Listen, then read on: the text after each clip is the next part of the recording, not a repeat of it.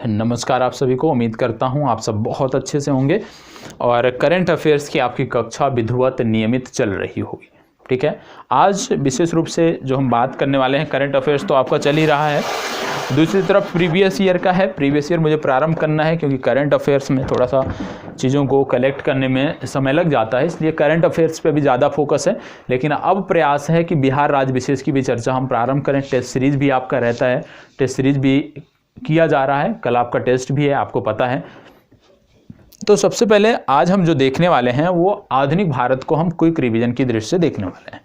Quick revision की दृष्टि से अभी तक प्राचीन भारत हमने समाप्त किया था, मध्यकालीन भारत समाप्त किया था और आधुनिक भारत को समाप्त करने की दिशा में हम बढ़ रहे हैं। निश्चित रूप से 1 से 2 वीडियो में आधुनिक भारत भी हमारा समाप्त हो जाएगा और उसके बाद विज्ञान खंड पर आएंगे और विज्ञान को हम समग्रता से सभी संदर्भों में देखने का प्रयास करेंगे। फिजिक्स, केमिस्ट्री, बायो तीनों को देखने का प्रयास करेंगे। तो आज की जो चर्चा है विशेष रूप से होम रूल लीग आंदोलन से प्रारंभ होगी और होम रूल लीग आंदोलन से लेकर हम भारत छोड़ो आंदोलन तक की आज बात करेंगे। लेकिन ये कक्षा उन्हीं के लिए मददगार होगी जिन्होंने पहले से कुछ पढ़ रखा होगा। जो अभी शून्य पर होंगे उनके लिए इस कक्षा से कोई भी मदद मिलने वाली नहीं है, क्योंकि ये क्विक रिवीजन की कक्षा है। मतलब यदि आपने पहले से पढ़ रखा है चीजों को तो आप बेहतर कर सकते हैं। तो चलिए आइए कक्षा की शुरुआत करते हैं।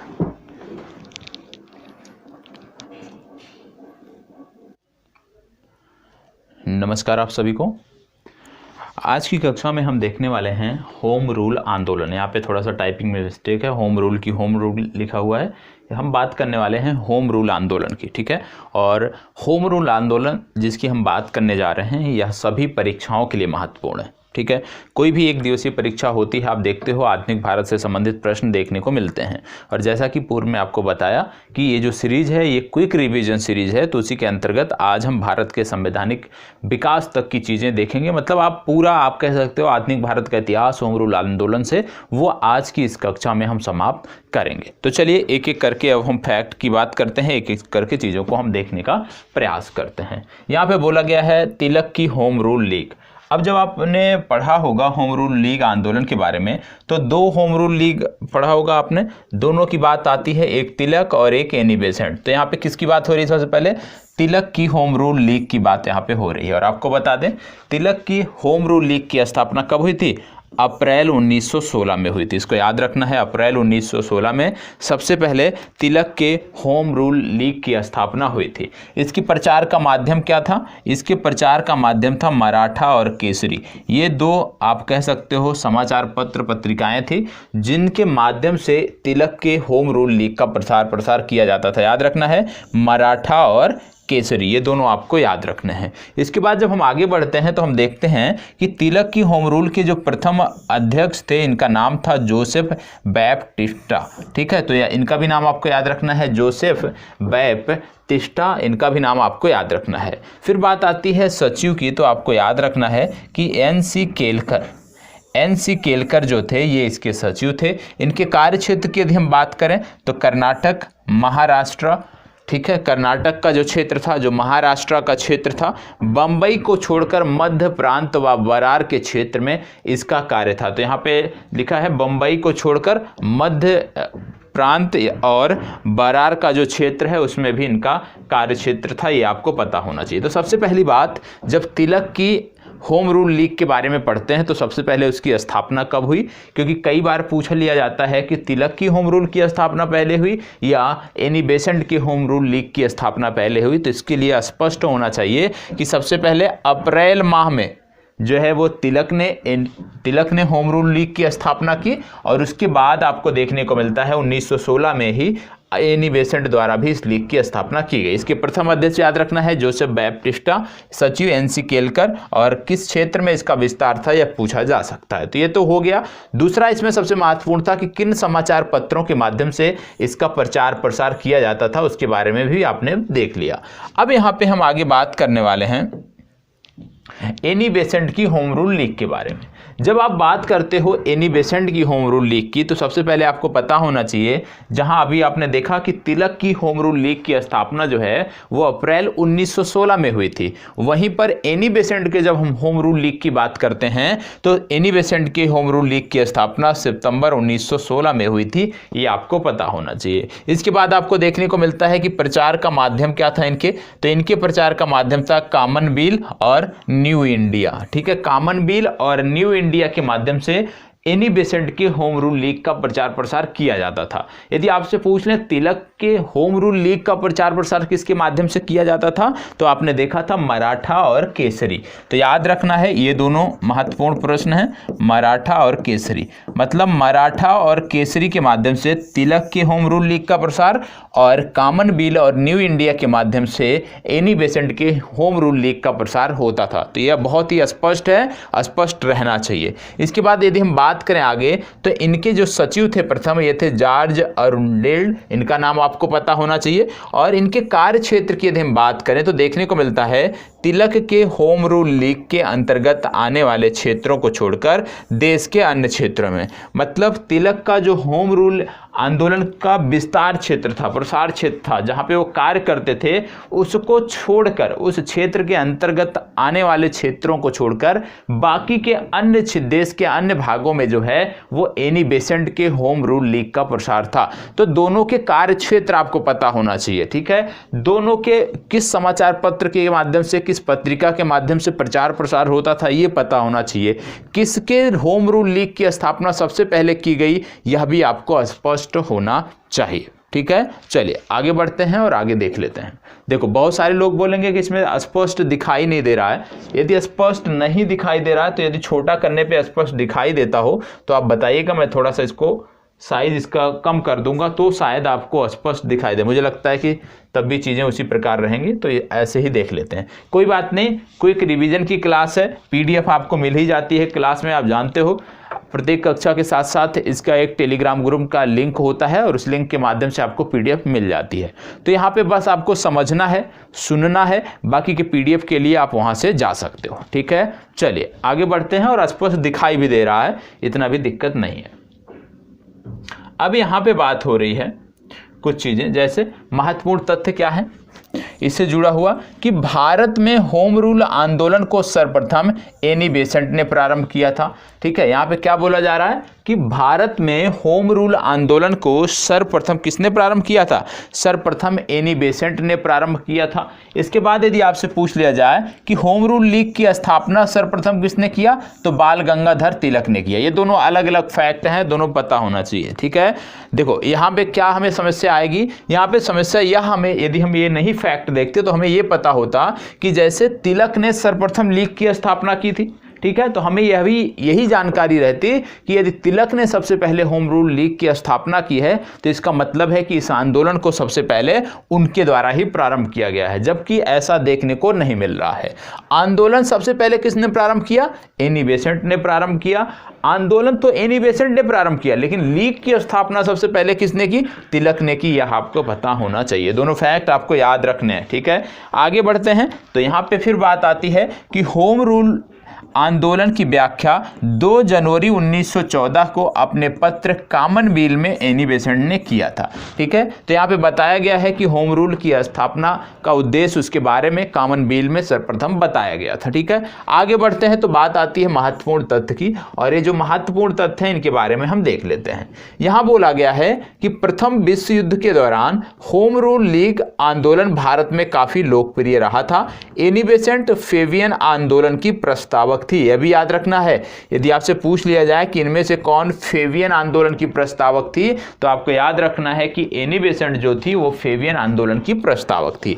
आगे बढ़ते हैं तो देखने को मिलता है कि अप्रैल 1920 में Akhil Bharatiya home rule league ने महात्मा गांधी को अध्यक्ष निर्वाचित किया और गांधी जी ने इसका नाम बदलकर स्वराज सभा कर दिया। तो याद रखना है, यदि आपसे किसी से पूछ लिया जाए कि Akhil Bharatiya home rule league का नाम किसने बदला, तो Akhil Bharatiya home rule league का नाम महात्मा गांधी ने बदला और महात्मा गांधी ने इसका नाम बदलकर स्वराज सभा कर दिया, ये आपको पता होना चाहिए। इतना फैक्ट बहुत ही महत्वपूर्ण है, ये आपको पता होना चाहिए।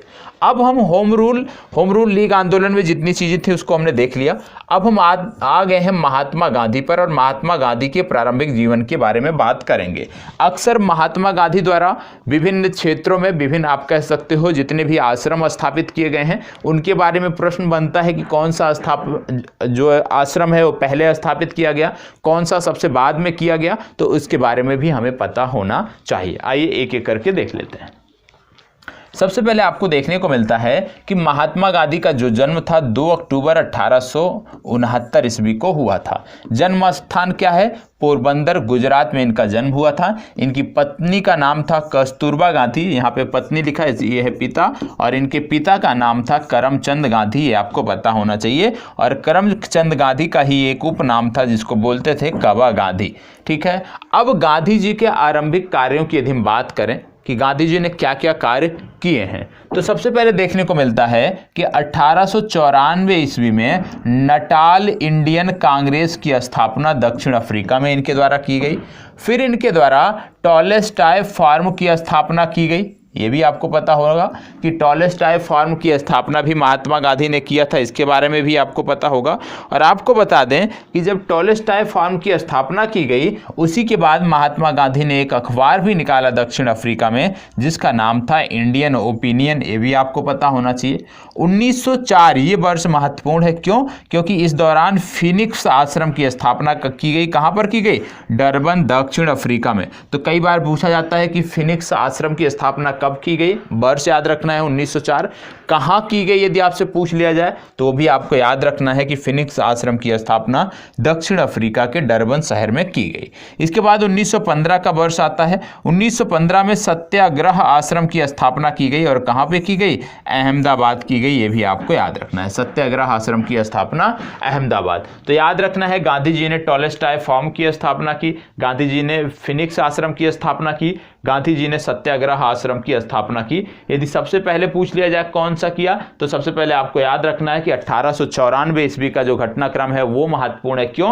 क्योंकि नटाल इंडियन कांग्रेस की स्थापना इनके द्वारा दक्षिण अफ्रीका में की गई थी। तो इसके वर्ष भी आपकी परीक्षाओं के लिए महत्वपूर्ण है, इनके बारे में आपको पता होना चाहिए। अब महात्मा गांधी से जुड़े हुए हम कुछ अन्य सिद्धांतों की बात कर लेते हैं। महात्मा गांधी जिन सिद्धांतों के बारे में अक्सर चर्चा करते थे, जिनके जो आप कह सकते हैं उनके जीवन का आधार रहे हैं, उनके बारे में हम देखने वाले हैं। सबसे पहले बात आपको बता दें कि दार्शनिक अराजकतावादी, गांधी जी के जो सिद्धांत है, पहला है दार्शनिक अराजकतावादी। दूसरा यदि आप देखोगे तो राम राज्य के इन्होंने युगल सिद्धांत दिए, और राम राज्य का जो इन्होंने युगल सिद्धांत दिया उसमें सत्य और अहिंसा, ये दो प्रमुख सिद्धांत है, ये आपको पता होना चाहिए। समाजवाद का इन्होंने अर्थ बताया सर्वोदय, ये आपको पता होना चाहिए। सत्याग्रह रणनीति में महात्मा गांधी ने बताया कि सर्वाधिक प्रभावी अस्त्र जो है वो है उपवास, ठीक है, और अंतिम अस्त्र जो है वो है हड़ताल।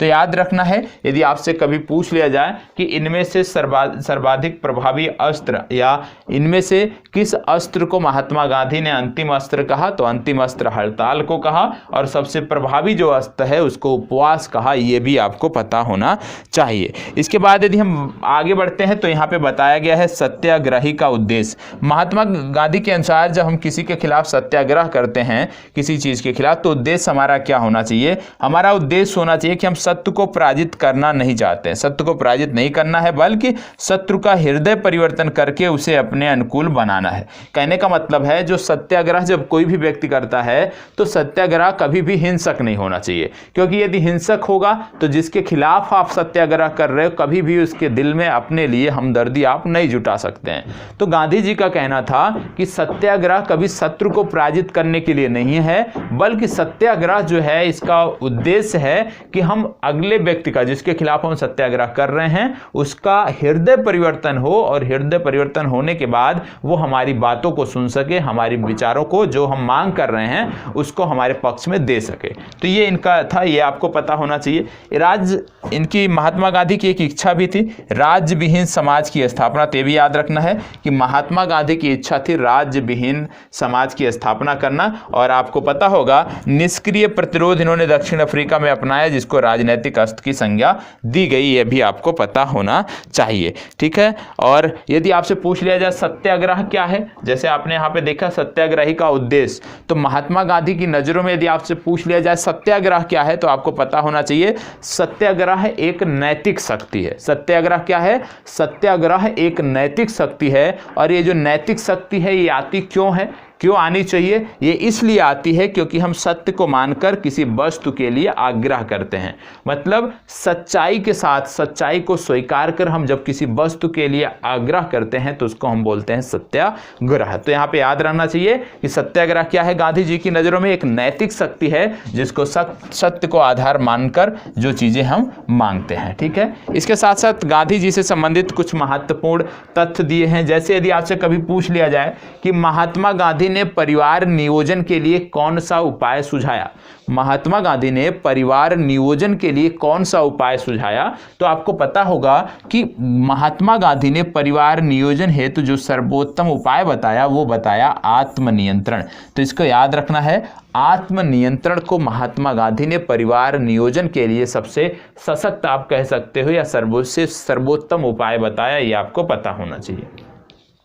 डरबन दक्षिण अफ्रीका जहाँ पे फिनिक्स आश्रम की स्थापना हुई थी, वहाँ की यदि हम बात करें तो 1893 ईस्वी में दादा अब्दुल्ला का मुकदमा लड़ने के लिए महात्मा गांधी यहाँ पे गए हुए थे। इसके बाद बात आती है गोपाल कृष्ण गोखले की। गोपाल कृष्ण गोखले के बारे में आपको पता होना चाहिए कि ये गांधी जी के राजनैतिक गुरु हैं। तो यदि आपसे पूछ लिया जाए कि गांधी जी के राजनैतिक गुरु कौन है, तो आपको जवाब देना है गोपाल कृष्ण गोखले जो हैं ये गांधी जी के राजनैतिक गुरु हैं, ये आपको पता होना चाहिए। यदि आपसे पूछ लिया जाए कि कांग्रेस के अधिवेशनों में सबसे पहले महात्मा गांधी ने कहां पर भाग लिया, तो यहां पे आपको याद आना चाहिए कि महात्मा गांधी ने सबसे पहले वर्ष 1901 के कांग्रेस के कलकत्ता अधिवेशन में पहली बार भाग लिया। ये भी फैक्ट है, याद आना चाहिए कि महात्मा गांधी ने वर्ष 1901 के कलकत्ता अधिवेशन में सबसे पहले भाग लिया था, ये आपको पता होना चाहिए। ठीक है, इसके बाद बंबई में इन्होंने विधि कार्यालय की स्थापना की आगे चलकर, ये भी आपको पता होना चाहिए। महात्मा गांधी से जुड़े हुए अन्य फैक्टों में सबसे पहले आपको पता होना चाहिए जून 1917 को 17 जून 1917 को सत्याग्रह आश्रम जो कि अहमदाबाद था, इसको साबरमती नदी के किनारे स्थानांतरित कर दिया गया। तो याद रखना है सत्याग्रह जो विभिन्न आश्रम हैं जो महात्मा गांधी द्वारा स्थापित किए गए हैं, उसमें जो सबसे प्रमुख है और सबसे अंतिम आप कह सकते हो वो आपका है साबरमती आश्रम के किनारे, जिसको बोलते थे सत्याग्रह आश्रम। और सत्याग्रह आश्रम के बारे में जब हम बात करते हैं तो आपको पता होना चाहिए कि सत्याग्रह आश्रम जो है ये महात्मा गांधी द्वारा स्थापित किए गए प्रमुख आश्रमों में से एक है। ठीक है, और सत्याग्रह आश्रम की यदि हम बात करें तो आपको पता होगा कब स्थापित किया गया था, वर्ष 1915 में इसको स्थापित किया गया था, ये भी आपको पता होना चाहिए। तो वर्ष 1915 में जो सत्याग्रह आश्रम अहमदाबाद में स्थापित किया गया था, 17 जून 1917 को इसको साबरमती नदी के किनारे आश्रम कर दिया गया, स्थानांतरित कर दिया गया, और बाद में इसी को साबरमती आश्रम के नाम से आप जानते हैं। गांधी ने बताया कि राजनीति के क्षेत्र में गांधी जी का सर्वाधिक महत्वपूर्ण सुझाव क्या था? सत्ता का विकेंद्रीकरण। सत्ता का विकेंद्रीकरण होना चाहिए, ये गांधी जी ने बताया था। अब यहाँ पे गांधी जी के बारे में कुछ फैक्ट दिए हुए हैं जो हमें पता होना चाहिए। ठीक है, आइए देख लेते हैं। यह है गांधी जी का चरखा जो आप देख रहे हो। ठीक है, और अब गांधी जी के बारे में कुछ चीज़ें देखनी जरूरी है। जैसे सबसे पहले गांधी जी जानते हो आप, चंपारण सत्याग्रह बहुत ही महत्वपूर्ण है गांधी जी के संदर्भ में। क्यों महत्वपूर्ण है? क्योंकि गांधी जी का भारत में पहला सफल सत्याग्रह जो था वो था चंपारण सत्याग्रह, जो कि वर्ष 1917 से संबंधित है और ये बिहार से संबंधित है। तो बिहार राज्य वालों के लिए ये बहुत ही महत्वपूर्ण है। तो चंपारण सत्याग्रह गांधी जी का भारत में पहला सफल सत्याग्रह है जो वर्ष 1917 में बिहार से संदर्भित है। ठीक है, महात्मा गांधी का एक आप देखोगे तो प्रसिद्ध कथन है, क्या है?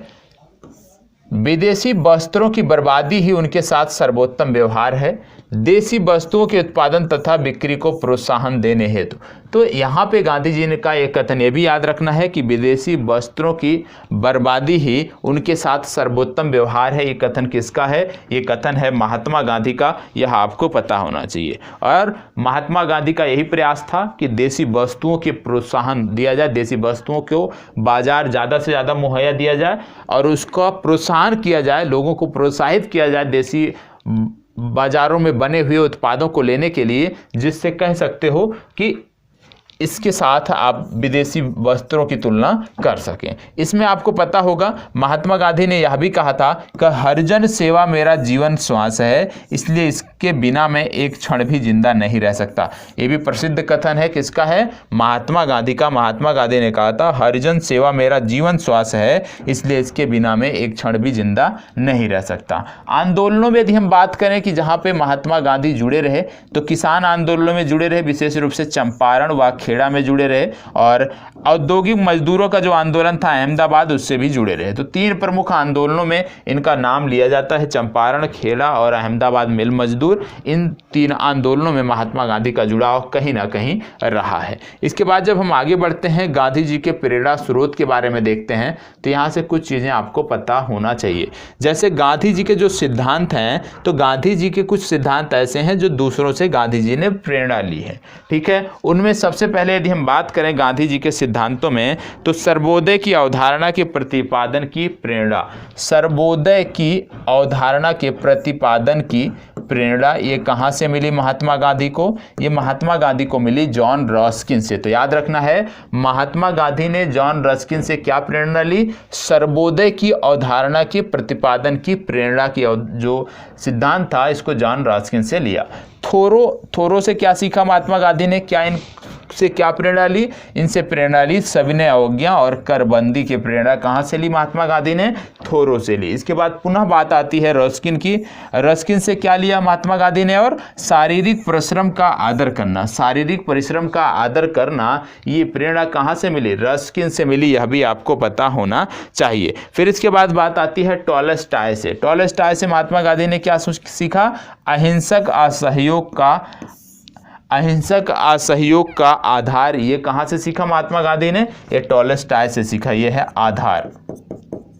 तो अहिंसक असहयोग का आधार जो है, ये महात्मा गांधी ने टॉलस्टॉय से सीखा, ये भी आपको पता होना चाहिए। तो ये गांधी जी की प्रेरणा स्रोत है कि गांधी जी ने कहाँ कहाँ से प्रेरणा ली थी, उसके बारे में है पता होना चाहिए आपको। ठीक है, इसके बाद बात आता है कि महात्मा गांधी को सर्वप्रथम राष्ट्रपिता किसने कहा? तो महात्मा गांधी को सर्वप्रथम राष्ट्रपिता की उपाधि दी थी सुभाष चंद्र बोस ने। यदि आपसे पूछ लिया जाए नोआखाली काल में महात्मा गांधी के सचिव कौन थे, तो याद रखना है प्यारेलाल यहाँ पे महात्मा गांधी के सचिव थे।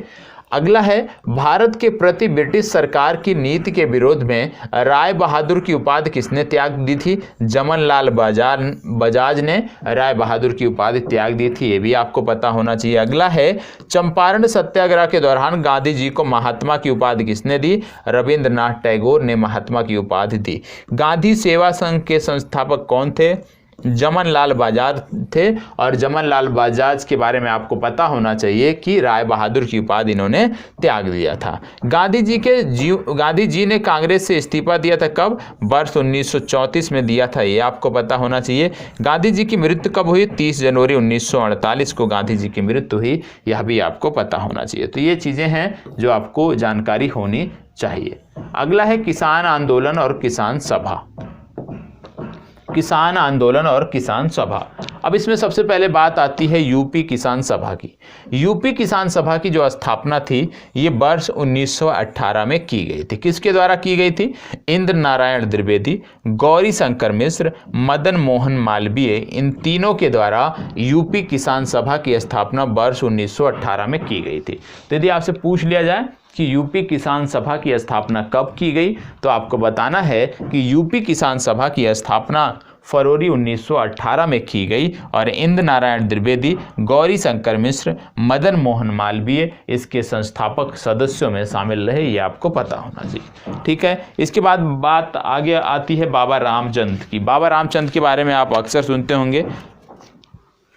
ठीक है, तो बाबा रामचंद्र के बारे में कुछ चीज़ें पता होना चाहिए। सबसे पहले महाराष्ट्र के ब्राह्मण परिवार से संबंधित थे। अवध के किसानों को संगठित किया था इन्होंने, और इनके अंदर संगठन की अद्भुत क्षमता थी, और इनके प्रयासों से वर्ष 1920 में प्रतापगढ़ में अवध किसान सभा का गठन हुआ था। ये भी आपको पता होना चाहिए। तो याद रखना है, बाबा रामचंद्र महाराष्ट्र के ब्राह्मण परिवार से थे, अवध के किसानों को इन्होंने संगठित किया था, संगठन की अद्भुत क्षमता इनके अंदर विद्यमान थी, और इन्हीं के प्रयासों से वर्ष 1920 में प्रतापगढ़ में अवध किसान सभा का गठन किया गया। यह भी आपको पता होना चाहिए। ठीक है, चलिए आगे बढ़ते हैं। आगे बात करते हैं अन्य महत्वपूर्ण तथ्यों की। सबसे पहले इसमें आप देखने को मिलता है सहजानंद सरस्वती। सहजानंद सरस्वती का नाम आता है, और आपको बता दें सहजानंद सरस्वती जो है ये संस्थापक हैं किसके? बिहार प्रांतीय किसान सभा के संस्थापक हैं। ये आपको पता होना चाहिए। वास्तविक लक्ष्य इनका क्या था? बिहार प्रांतीय किसान सभा का वास्तविक लक्ष्य क्या था? जमींदारी प्रथा का उन्मूलन। तो याद रखना है, सहजानंद सरस्वती जो कि बिहार प्रांतीय किसान सभा के संस्थापक थे, इस संस्था का उद्देश्य था जमींदारी प्रथा का उन्मूलन करना और कृषि सुधार कार्यक्रम को लागू करना, मतलब कृषकों को मालिकाना हक देना इसका उद्देश्य था। अन्य नाम इसका क्या था? किसान प्राण। इनका जो अन्य नाम था सहजानंद सरस्वती को, इनको बोलते थे किसान प्राण। क्यों? किसानों के प्रति इनकी समर्पित सेवाओं को देखकर इनको किसान प्राण कहा जाता था। यह भी आपको पता होना चाहिए। तो यहाँ पे अभी तक आपने आप कह सकते हो तीन कृषि आंदोलनों को देखा, या आप कह सकते हो तीन किसान आंदोलनों और किसान से जुड़े हुए संस्थाओं को देखा। पहला आपने बाबा रामचंद्र के बारे में देखा, दूसरा आपने देखा यूपी किसान सभा के बारे में, और तीसरा आप देख रहे हैं सहजानंद सरस्वती के बारे में, जिन्होंने बिहार प्रांतीय किसान सभा का गठन किया था। इसके बाद यदि हम आगे बढ़ते हैं, ये तो हो गया इनके बारे में, इसके बाद आगे बढ़ते हैं तो आपको देखने को मिलता है आगे कि वर्ष 1928 में बारदोली कृषक आंदोलन का नेतृत्व किया। किसने? वल्लभ भाई पटेल ने।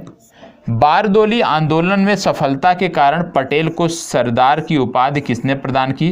बारदोली की महिलाओं ने। याद रखना है, बारदोली की महिलाओं ने सरदार की उपाधि जो है ये पटेल को दी थी। ये आपको पता होना चाहिए। ठीक है, वर्ष 1928 में बारदोली कृषक आंदोलन का नेतृत्व वल्लभ भाई पटेल द्वारा किया गया था, जहां पर सफल आंदोलन के नाते वहां की महिलाओं ने इनको सरदार की उपाधि दी। इसके साथ साथ आपको याद रखना है कि सितंबर 1946 में बंगाल की प्रांतीय किसान सभा द्वारा प्रारंभ किया गया जो आंदोलन था वो था तिभागा आंदोलन। यह भी आपको याद रखना है।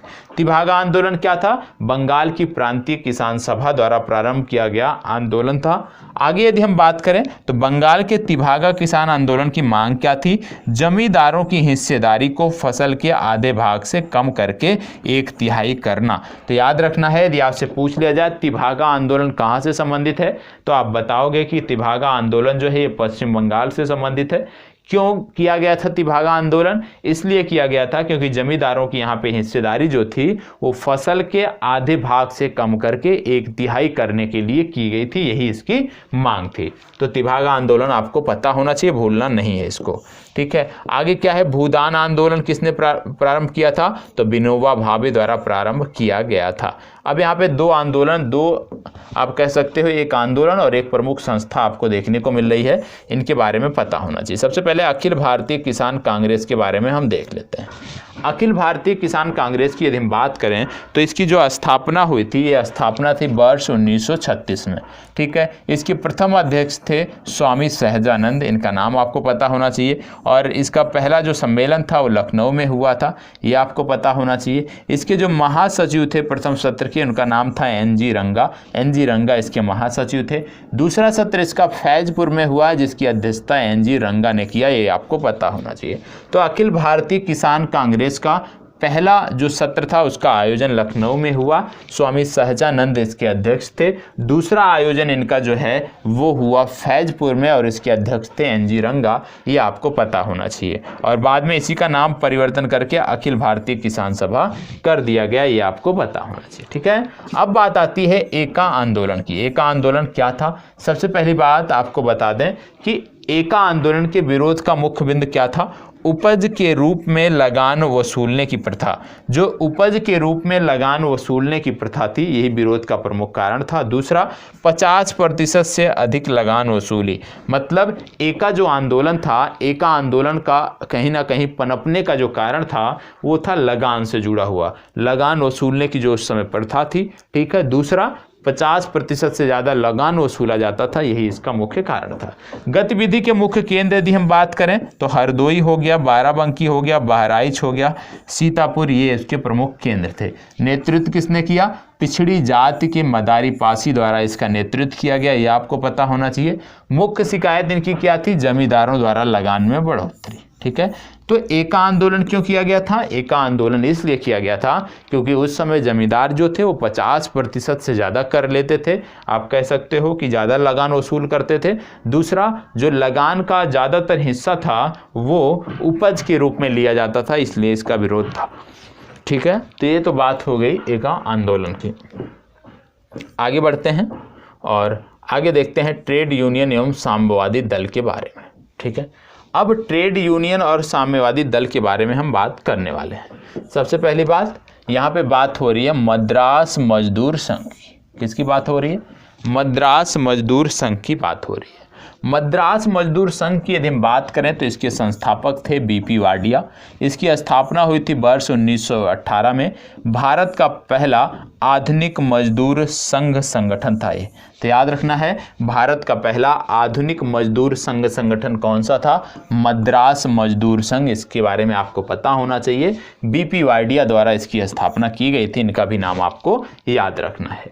आगे बढ़ते हैं और आगे बढ़ने पर आपको देखने को मिलता है अहमदाबाद टेक्सटाइल लेबर एसोसिएशन। क्या देखने को मिलता है? Ahmedabad textile labour association. अब अहमदाबाद टेक्सटाइल लेबर एसोसिएशन की यदि हम बात करें तो इसकी स्थापना हुई थी वर्ष 1918 में। महात्मा गांधी द्वारा इसकी स्थापना की गई थी, आपको पता होना चाहिए। इसके बाद अगला आता है trade union Congress. Trade union Congress की यदि हम बात करें, इसका अन्य नाम था अखिल भारतीय ट्रेड यूनियन कांग्रेस, ये आपको पता होना चाहिए। इसकी स्थापना जो थी वो वर्ष 1919 में अंतर्राष्ट्रीय श्रम संगठन की स्थापना के बाद की गई थी, ये आपको पता होना चाहिए। और यही इसका कारण था, क्योंकि अंतर्राष्ट्रीय श्रम संगठन की स्थापना हो गई थी तो उसमें प्रतिनिधित्व के लिए किसी ऐसे संगठन की आवश्यकता थी जो भारत का प्रतिनिधित्व करे, जिसके चलते इसकी स्थापना की गई थी। एनजी जोशी द्वारा इसकी स्थापना की गई थी। एनजी जोशी द्वारा, ये आपको पता होना चाहिए। 31 अक्टूबर 1920 को इसकी स्थापना हुई थी। और कहाँ पे स्थापना हुई थी? बम्बई में स्थापना हुई थी। प्रथम अध्यक्ष थे लाला लाजपत राय। इनके बारे में आपको पता होना चाहिए। आगे चलकर इसका विभाजन हो गया वर्ष 1929 में। नागपुर अधिवेशन में इसका विभाजन हो गया जब इसके अध्यक्ष जवाहरलाल नेहरू थे। तो जवाहरलाल नेहरू जब कांग्रेस के अध्यक्ष थे नागपुर अधिवेशन में, तब वहीं पर इसका विभाजन भी 1929 में हो गया था। तो याद रखना है कि ये जो संस्था है अखिल भारतीय ट्रेड यूनियन कांग्रेस, ये आप कह सकते हो कि राष्ट्रीय स्तर की संस्था थी, जिसका स्थापना का कारण, जिसके स्थापना करने का जो उद्देश्य था, क्यों? अंतर्राष्ट्रीय श्रम संगठन की उस समय स्थापना हो गई थी और उसमें भारत के प्रतिनिधित्व के लिए किसी इस तरह के राष्ट्रीय संगठन की आवश्यकता थी, जिसके लिए इसकी बात की गई थी। ठीक है। अब बात आती है रॉलेट एक्ट की। रॉलेट एक्ट के बारे में तो सभी जानते होंगे, निश्चित रूप से सबने पढ़ा होगा और आज भी इसकी बात होती है। ठीक है। भारत में बढ़ रही क्रांतिकारी गतिविधियों को कुचलने के लिए सरकार ने वर्ष 1917 में न्यायाधीश सिडनी रॉलेट की अध्यक्षता में एक समिति का गठन किया था। ठीक है। किसकी अध्यक्षता में? सिडनी रॉलेट की अध्यक्षता में एक समिति का गठन किया था। इस समिति के सुझावों पर मार्च 1919 में पारित विधेयक रॉलेट एक्ट कहलाया। मतलब पहले एक सिडनी रॉलेट की अध्यक्षता में एक समिति का गठन किया गया था कि किस प्रकार से हम क्रांतिकारी गतिविधियों को सीमित कर सकते हैं, किस प्रकार से हम क्रांतिकारी गतिविधियों को समाप्त कर सकते हैं। और जब बाद में इस समिति ने सुझाव दिया और उस सुझाव के बाद एक एक्ट लाया गया जिसको रॉलेट एक्ट कहा गया। यदि आपसे पूछ लिया जाए कि यह जो एक्ट लाया गया ये किसके कार्यकाल में लाया गया, तो आपको नाम याद रखना है लॉर्ड चेम्सफोर्ड। लॉर्ड चेम्सफोर्ड के कार्यकाल में रॉलेट एक्ट पास किया गया था, यह आपको पता होना चाहिए। इस एक्ट के अंतर्गत क्या था? इस एक्ट द्वारा अंग्रेजी सरकार जिसको चाहे जब चाहे बिना मुकदमा चलाए जेल में रख सकती थी और इसीलिए इसको काला कानून भी कहा गया। क्यों? क्योंकि बिना वकील, बिना अपील तथा बिना दलील कि आपको इसमें सज़ा सुनाई जा सकती थी, आपको इसमें जेल में रखा जा सकता था। आपको पता होगा कि भारतीय राजनीति में यदि हम बताएं तो अखिल भारतीय राजनीति में गांधी जी का पहला साहसिक कदम था रॉलेट एक्ट के विरुद्ध वर्ष 1919 में प्रारंभ किया गया सत्याग्रह। गांधी जी ने रॉलेट एक्ट सत्याग्रह के लिए 3 राजनीतिक मंचों का उपयोग किया था। पहला था होम रूल लीग, दूसरा था खिलाफत, तीसरा था सत्याग्रह सभा। इन तीनों के माध्यम से गांधी जी ने रॉलेट सत्याग्रह को आगे बढ़ाया था। रॉलेट सत्याग्रह का प्रचार प्रसार पूरे भारत में कराया था, जिसके बाद भारी संख्या में लोगों ने इससे जुड़ाव महसूस किया। आगे चलकर क्या हुआ, रॉलेट सत्याग्रह जो है आगे चलकर किसकी परिणति में बदला, उसके बारे में भी हम बात करने वाले हैं। ठीक है, चलिए आगे देख लेते हैं। उम्मीद करता हूँ इतनी चीज़ें समझ में आ रही होंगी, क्योंकि ये रिवीजन की क्लास है तो इसमें परेशान होने की ज़रूरत नहीं है। क्यों नहीं परेशान होने की ज़रूरत है, क्योंकि यह तभी समझ में आएगा जब आपने पूर्व में कुछ पढ़ा होगा। ठीक है, नहीं तो ये समझ में नहीं आएगा। आगे बढ़ते हैं तो आपको देखने को मिलता है महत्वपूर्ण तथ्यों में, मार्च 1919 में कम्युनिस्ट इंटरनेशनल की स्थापना की गई। किसके द्वारा, व्लादिमीर इलियच लेनिन द्वारा और रूसी पार्टी बोल्शेविक द्वारा। ट्रेड यूनियन आंदोलन के क्रांतिकारी चरण का समय कब था, 1926 से 1939 तक का जो समय था एक क्रांतिकारी चरण माना जाता है ट्रेड यूनियन आंदोलन के समय में। कम्युनिस्ट इंटरनेशनल के सदस्य बनने वाले प्रथम भारतीय कौन से, M.N. रॉय ये प्रथम सदस्य थे, ये आपको पता होना चाहिए। वर्ष 1940 में रेडिकल डेमोक्रेटिक दल की स्थापना किसने की, M.N. रॉय ने इसकी स्थापना की थी, ये भी आपको पता होना चाहिए। Revolutionary communist party of India की स्थापना किसने की थी, सोमेंद्र नाथ टैगोर ने इसकी स्थापना की थी, यह भी आपको पता होना चाहिए। आगे बढ़ते हैं और बात करते हैं जलियांवाला बाग हत्याकांड की। जलियांवाला बाग हत्याकांड अक्सर समाचार पत्रों में रहता है। क्यों रहता है, क्योंकि जब भी सरकार द्वारा उत्पीड़न किया जाता है, लोगों पर लाठियां बरसाई जाती हैं, तो लोग कहीं ना कहीं इतिहास को याद करते हैं कि ऐसे समय में अंग्रेज भी अत्याचार करते रहे होंगे। जैसे अभी इलाहाबाद में आपको देखने को मिला, आपको बिहार में देखने को मिला, किस प्रकार से छात्रों पर लाठियां बरसाई गई, किस प्रकार से गाली गलौज किया गया।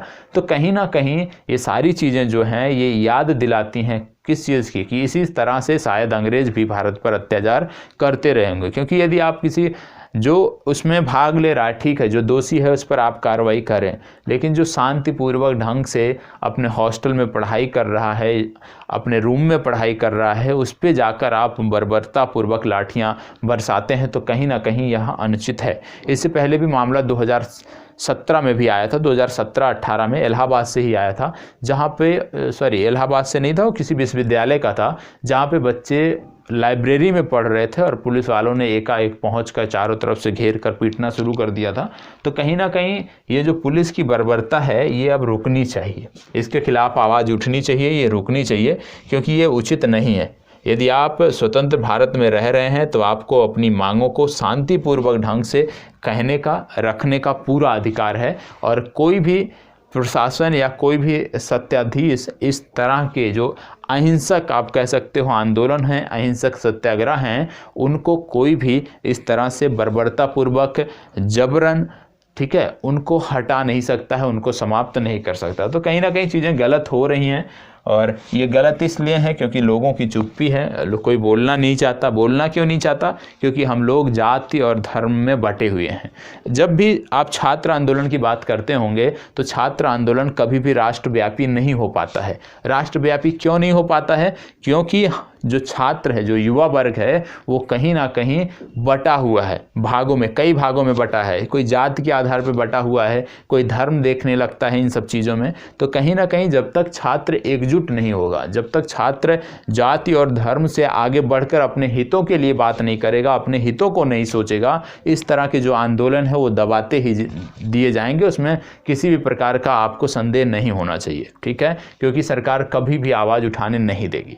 यदि छात्र एकजुट होंगे, यदि छात्र एकजुट होंगे, धर्म और जात से ऊपर उठकर अपने अधिकारों को पहचानेंगे और उसके लिए कार्य करेंगे, तो निश्चित रूप से सरकारों को भी झुकना पड़ेगा और उनकी बात माननी पड़ेगी। और यदि हम सही हैं तो हमें अपनी मांग रखने का अहिंसक तरीके से पूरा अधिकार है, हम अपनी मांग को रख सकते हैं। तो इसको सोचने की ज़रूरत है कि जो हम हर जगह पे कोई भी बात आती है तो जाति धर्म में बढ़ जाते हैं, हिंदू मुस्लिम की बात होने लगती है, भारत पाकिस्तान में हम उलझ जाते हैं और इन्हीं भटकाव में सरकारें अपना काम कर ले जाती हैं और हमारी स्थिति, स्टूडेंट की स्थिति वैसे की वैसे बनी रहती है। तो अब थोड़ा सा सोचने की ज़रूरत है, चिंतन करेंगे तो चीज़ें बेहतर होंगी, नहीं तो इसी प्रकार से चीज़ें और भी गंभीर होती जाएंगी। क्यों? क्योंकि ये जो दमन का तरीका है ना, ये लगातार और बर्बरतापूर्वक बढ़ेगा और बर्बर तरीके से दमन होगा और यही सरकार नहीं, आने वाली सरकारें भी फिर यही तरीका अपनाएंगी और इस तरह से आप कह सकते हो छात्र हितों पर चोट होती रहेगी। ठीक है, चलिए जलियांवाला बाग हत्याकांड की बात कर लेते हैं। यहाँ पे बात कर लें तिथि की, तो 13 अप्रैल वर्ष 1919 को हुई थी। बैसाखी का ये दिन था, ये आपको पता होना चाहिए। स्थान कौन सा था? अमृतसर का जलियांवाला बाग था। क्यों यहाँ पे सार्वजनिक सभा का आयोजन किया गया था? क्योंकि यहाँ पे दो स्थानीय नेता थे, एक का नाम था डॉक्टर सैफुद्दीन किचलू और दूसरे का नाम था डॉक्टर सत्यपाल। तो डॉक्टर सत्यपाल और डॉक्टर सैफुद्दीन किचलू जो थे, इनका आप कह सकते हो इनको गिरफ्तार कर लिया गया था। क्यों? क्योंकि सिर्फ इन्होंने सरकार का विरोध किया था, ब्रिटिश शासन का विरोध किया था। तो दमन जो उन्होंने किया था उसका विरोध करने के लिए जब इन्होंने आवाज़ उठाई तो इनको सरकार ने गिरफ्तार कर लिया और जब इनको गिरफ्तार कर लिया फिर इनके द्वारा जो है एक सभा, इनके अनुयायियों द्वारा, इनके चाहने वाले लोगों द्वारा एक सभा बुलाई गई और उस सभा में इसी पर विचार किया जा रहा था। लेकिन तब तक general Reginald Edward Harry Dyer, बहुत बड़ा नाम इनका है, जनरल डायर के नाम से आप जानते होंगे, इन्होंने भीड़ पर गोलियां चलाने का आदेश दे दिया और जब इन्होंने भीड़ पर गोलियां चलाने का आदेश दिया चारों तरफ से घेर कर, तो यहाँ पे आप कह सकते हो सैकड़ों की संख्या में निर्दोष लोग मारे गए, सैकड़ों की संख्या में निर्दोष लोगों की हत्या की गई और उसी के चलते जलियांवाला बाग हत्याकांड इतिहास में एक आप कह सकते हो महत्वपूर्ण स्थान रखता है। जलियांवाले बाग हत्याकांड के बाद एक कमीशन का गठन किया गया था। जब मांग उठने लगी कि गलती किसकी है, जनरल डायर की गलती है, तो उसके लिए सरकार ने उस समय के जो विरोध को दबाने के लिए, ठीक है, उस समय के विरोध को पनपने ना देने के लिए तुरंत एक कमीशन का गठन कर दिया जिसका नाम रखा गया हंटर कमीशन। और हंटर कमीशन क्या था? हत्याकांड की जांच हेतु ब्रिटिश सरकार द्वारा गठित एक कमीशन था। वर्ष 1920 में इसने रिपोर्ट प्रस्तुत की और इसमें बताया कि दुर्घटना के लिए सरकार दोषी नहीं है, ठीक है, और इस रिपोर्ट ने यह भी बता दिया कि दुर्घटना के लिए सरकार दोषी नहीं है। क्यों? क्योंकि ये जो कार्य था ये कहीं ना कहीं केवल डॉलर, जो यहाँ पे ये डॉलर लिखा हुआ है, जनरल डायर की बात हो रही है, जनरल डायर द्वारा एक लिया गया फैसला था, एक गलत फैसला था और जनरल डायर के गलत फैसले के चलते ये कार्य हुआ था, जिसके चलते सरकार दोषी नहीं है, केवल एक व्यक्ति दोषी है, वो है जनरल डायर, क्योंकि उस समय यह फैसला जो है वो जनरल डायर का फैसला था, ना कि सरकार का फैसला था। ठीक है, अब यदि बात करें कि हंटर कमीशन जिसने रिपोर्ट दी इसमें कितने लोग शामिल थे, तो आपको पता होना चाहिए हंटर कमीशन में 3 भारतीय सदस्य भी शामिल थे।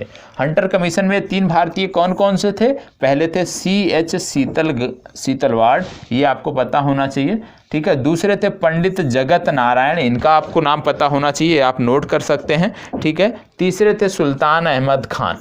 3 व्यक्ति थे जिनको हंटर कमीशन में जगह दी गई थी और तीनों के तीनों ये भारतीय थे, इनके बारे में भी आपको पता होना चाहिए, पूछा जा सकता है, ठीक है। इसके बाद महत्वपूर्ण तथ्य कुछ हैं जो आपको पता होना चाहिए, जैसे सितंबर 1920 में कलकत्ता में हुए कांग्रेस अधिवेशन के प्रमुख मुद्दे कौन से थे? सितंबर 1920, क्योंकि 1919 के बाद ये पहला सम्मेलन था, जलियांवाले बाग हत्याकांड के बाद ये पहला सम्मेलन था, तो इस सम्मेलन का जो प्रमुख मुद्दा था वो था जलियांवाला बाग हत्याकांड और खिलाफत आंदोलन। इसके साथ साथ यदि आपसे पूछ लिया जाए कि मदन मोहन मालवीय सम्मिलित नहीं हुए थे किसमें? खिलाफत आंदोलन में मदन मोहन मालवीय सम्मिलित नहीं हुए थे। यदि आपसे पूछ लिया जाए कि अखिल भारतीय खिलाफत कमेटी का गठन कब किया गया, तो आपको बताना है अखिल भारतीय खिलाफत कमेटी का गठन सितंबर 1919 में किया गया। यहाँ पे करेक्ट कर लीजिएगा, सितंबर 1919 में किया गया, ये आपको पता होना चाहिए। हाजिर उल मुल्क की पदवी का त्याग किसने किया? हजीम अजमल खां को ये पदवी दी गई थी और इन्होंने इसका त्याग कर दिया। आगे यदि आपसे पूछ लिया जाए कि खिलाफत आंदोलनों को देश की स्वतंत्रता के आंदोलन से जोड़ने के विरोधी कौन थे, मोहम्मद अली जिन्ना इसके विरोधी थे, यह भी आपको पता होना चाहिए। और गांधी जी को राजनीति में धर्म को ना लाने की सलाह किसने दी थी, तो गांधी जी को राजनीति में धर्म ना लाने की जो सलाह थी वो मोहम्मद अली जिन्ना ने दी थी, यह भी आपको पता होना चाहिए। अब जब जलियांवाला बाग हत्याकांड हुआ था तो कुछ लोगों ने अपनी उपाधियों को त्याग किया था। उनमें सबसे पहला नाम आता है रविंद्रनाथ टैगोर का। रविंद्रनाथ टैगोर ने क्या किया था, जलियांवाले बाग हत्याकांड के विरोध में सरकार द्वारा इनको नाइटहुड की उपाधि दी गई थी, जिसको इन्होंने परित्याग कर दिया था। इसके साथ साथ एक व्यक्ति का नाम और याद रखना है, सी शंकरन नायर। सी शंकरन नायर का नाम क्यों याद रखना है, क्योंकि ये वायसराय की कार्यकारिणी परिषद में शामिल थे, लेकिन जलियांवाला बाग हत्याकांड के बाद इन्होंने वायसराय की कार्यकारिणी परिषद से इस्तीफा दे दिया था, इसलिए इनका भी नाम आपको याद रखना है। ठीक है, यदि आपसे पूछ लिया जाए कि जलियांवाले बाग हत्याकांड के जिम्मेदार जो व्यक्ति थे जनरल डायर, उनकी हत्या ब्रिटेन में जाकर किसने की, तो उनकी हत्या जो लंदन में जाकर की शहीद उधम सिंह ने की, ये आपको पता होना चाहिए। ठीक है, तो जलियांवाला बाग हत्याकांड अपने आप में महत्वपूर्ण है। चलो, अब जलियांवाला बाग हत्याकांड जब हुआ तो जनरल डायर को बहुत सारी उपाधियां भी लोगों ने दी। जैसे जलियांवाले बाग हत्याकांड के लिए जिम्मेदार जनरल डायर को यदि हम बात करें तो सबसे पहला आपको पता होगा कि इसको विभिन्न उपाधियां दी गई। जैसे ब्रिटिश साम्राज्य का रक्षक। ब्रिटिश साम्राज्य का रक्षक किसने कहा, एक ब्रिटिश अखबार था जिसने बताया कि जनरल डायर ब्रिटिश साम्राज्य के रक्षक हैं। दूसरा एक था ब्रिटिश लॉर्ड सभा। ब्रिटिश लॉर्ड सभा ने क्या कहा, ब्रिटिश साम्राज्य का शेर है जो है जनरल डायर, ये आपको बता दें। और ब्रिटिश सरकार ने क्या कहा, ब्रिटिश सरकार ने कहा जनरल डायर मान की तलवार है। ठीक है, तो ये आपको पता होना चाहिए किसने क्या उपाधियां दी। ब्रिटिश सरकार ने बोला कि जनरल डायर मान की तलवार है, ब्रिटिश लॉर्ड सभा ने बताया ब्रिटिश साम्राज्य का शेर है जनरल डायर, और ब्रिटिश एक अखबार ने बताया कि ब्रिटिश साम्राज्य का रक्षक है जनरल डायर, ये भी आपको पता होना चाहिए। ठीक है, चलिए आगे बढ़ते हैं, इसको बताएं। अब बात हम कर रहे हैं खिलाफत आंदोलन की। ठीक है, बात हो रही है खिलाफत आंदोलन की, तो चलिए खिलाफत आंदोलन के बारे में देख लेते हैं। खिलाफत आंदोलन की जब हम बात करते हैं तो सबसे पहले आपको पता होना चाहिए कि खिलाफत आंदोलन में सबसे पहला जो आपको याद रखना है वो आता है कि खिलाफत कमेटी, एक खिलाफत कमेटी थी। ठीक है, और खिलाफत कमेटी के जो प्रमुख सदस्य थे कौन थे, अबुल कलाम आज़ाद, हकीम अजमल खान, डॉक्टर अंसारी, हसरत मोहानी और शौकत अली और मोहम्मद अली। ये कौन थे, ये खिलाफत कमेटी के प्रमुख सदस्य थे, ये आपको पता होना चाहिए।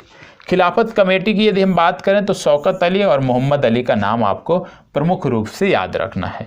प्रारंभ करने का कारण क्या था, खिलाफत आंदोलन प्रारंभ करने का कारण क्या था, इसका कारण था ब्रिटिश सरकार द्वारा प्रथम विश्व युद्ध की समाप्ति के बाद तुर्की साम्राज्य का विघटन।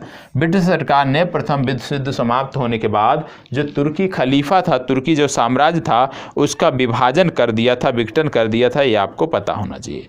तुर्की के सुल्तान इस्लामी साम्राज्य के खलीफा, ये आपको पता होना चाहिए, ये होते हैं, ये भारतीय मुसलमान का विचार था। भारतीय मुसलमान ऐसा मानते थे कि तुर्की के जो सुल्तान हैं वो इस्लामी साम्राज्य के खलीफा हैं, और जब तुर्की का विभाजन हुआ तो इसको लेकर भारतीय मुसलमानों में भी चिंता जाहिर हुई और इन्होंने अंग्रेज़ों के खिलाफ बातें करना शुरू कर दिया। इसके बाद क्या हुआ कि भारतीय मुसलमानों द्वारा तुर्की के ऑटोमन साम्राज्य की रक्षा और खलीफा को बनाए रखने हेतु आंदोलन प्रारंभ कर दिया। जब उन्हें लगा कि अब ब्रिटिश सरकार तुर्की का विभाजन करना जा रही है, खलीफा का जो पद है वो समाप्त हो जाएगा, तो इन्होंने उसकी रक्षा के लिए और उस पूरे साम्राज्य को बनाए रखने के लिए आंदोलन करना प्रारंभ कर दिया, ये आपको पता होना चाहिए। आगे आपको देखने को मिलता है 23 नवंबर 1919 को दिल्ली में खिलाफत कमेटी के सम्मेलन की अध्यक्षता जो है महात्मा गांधी ने की थी, ये भी आपको पता होना चाहिए। तो याद रखना है 23 नवंबर वर्ष 1919 को दिल्ली में खिलाफत कमेटी की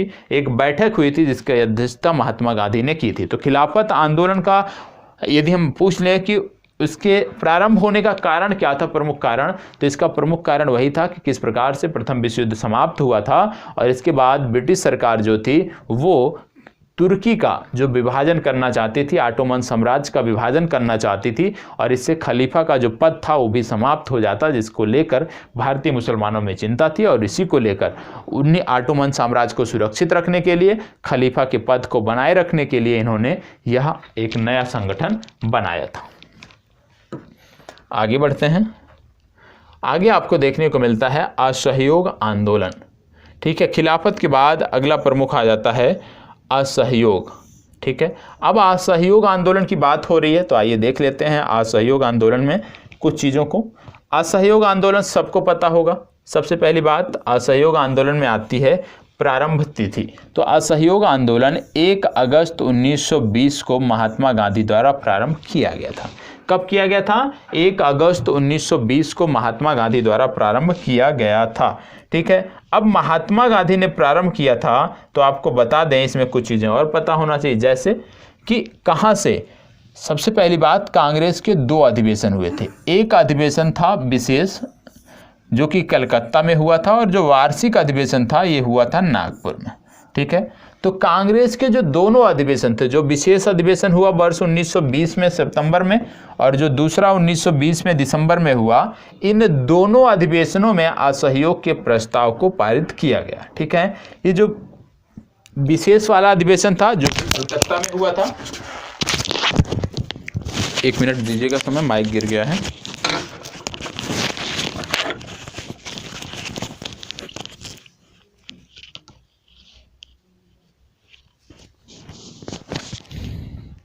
चलिए, ये जो विशेष वाला अधिवेशन था जो कि कलकत्ता में हुआ था, यदि हम उसकी बात करें तो यहाँ पर भी असहयोग प्रस्ताव पारित किया गया था। और यहाँ पे जो असहयोग प्रस्ताव दिया गया था, इसके प्रस्तावक थे कौन? महात्मा गांधी। ये आपको पता होना चाहिए।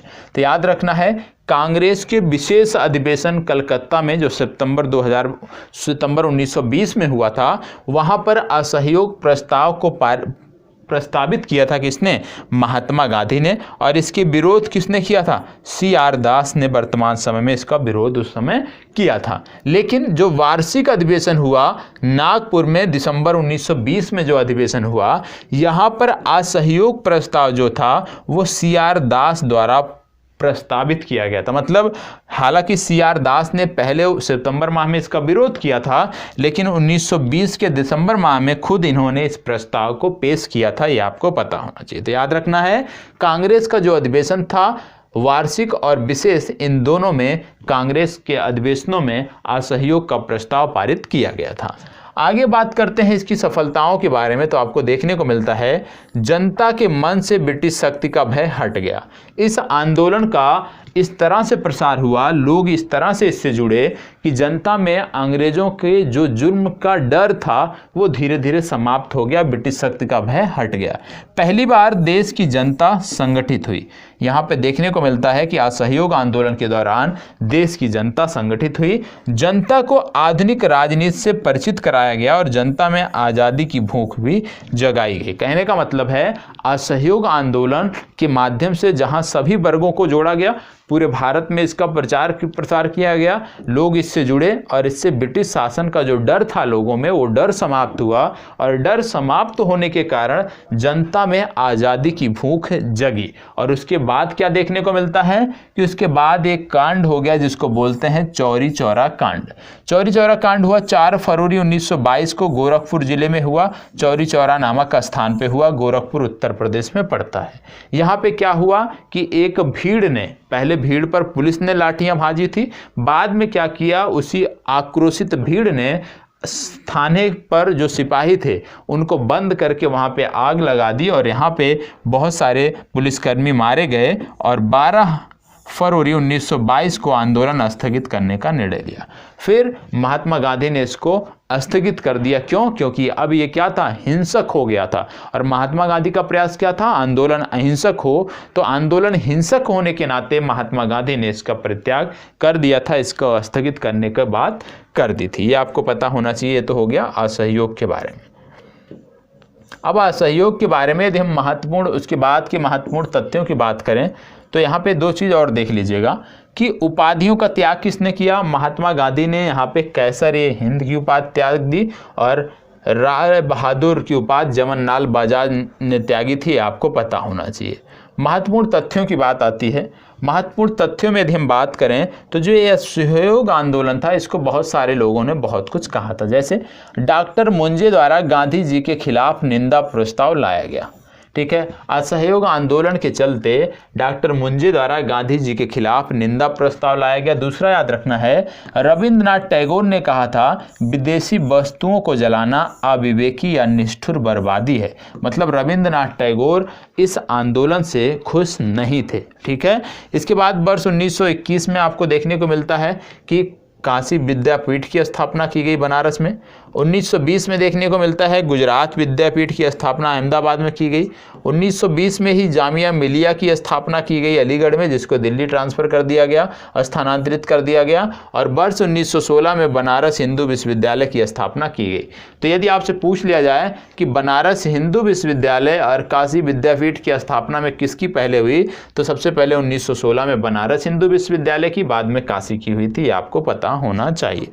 और इसके बाद आपको देखने को मिलता है, क्योंकि जब असहयोग वापस लिया गया, बहुत सारे लोग इससे नाखुश थे, बहुत सारे पार्टी के नेता, बहुत सारे संगठन के लोग इससे नाखुश थे, महात्मा गांधी के इस फैसले से खुश नहीं थे, तो उन्होंने अलग संगठन की बात कर ली। अलग विचारों में मतभेद होने के कारण उन्होंने अलग संगठन को बनाया।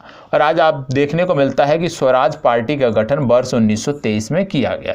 और स्वराज पार्टी की स्थापना कब हुई? वर्ष 1923 में। मुख्य उद्देश्य क्या था? इसका मुख्य उद्देश्य था चुनाव के माध्यम से काउंसिल में प्रवेश कर तथा उन्हें काम न करने देकर वर्ष 1919 के भारत सरकार अधिनियम का उच्छेदन करना।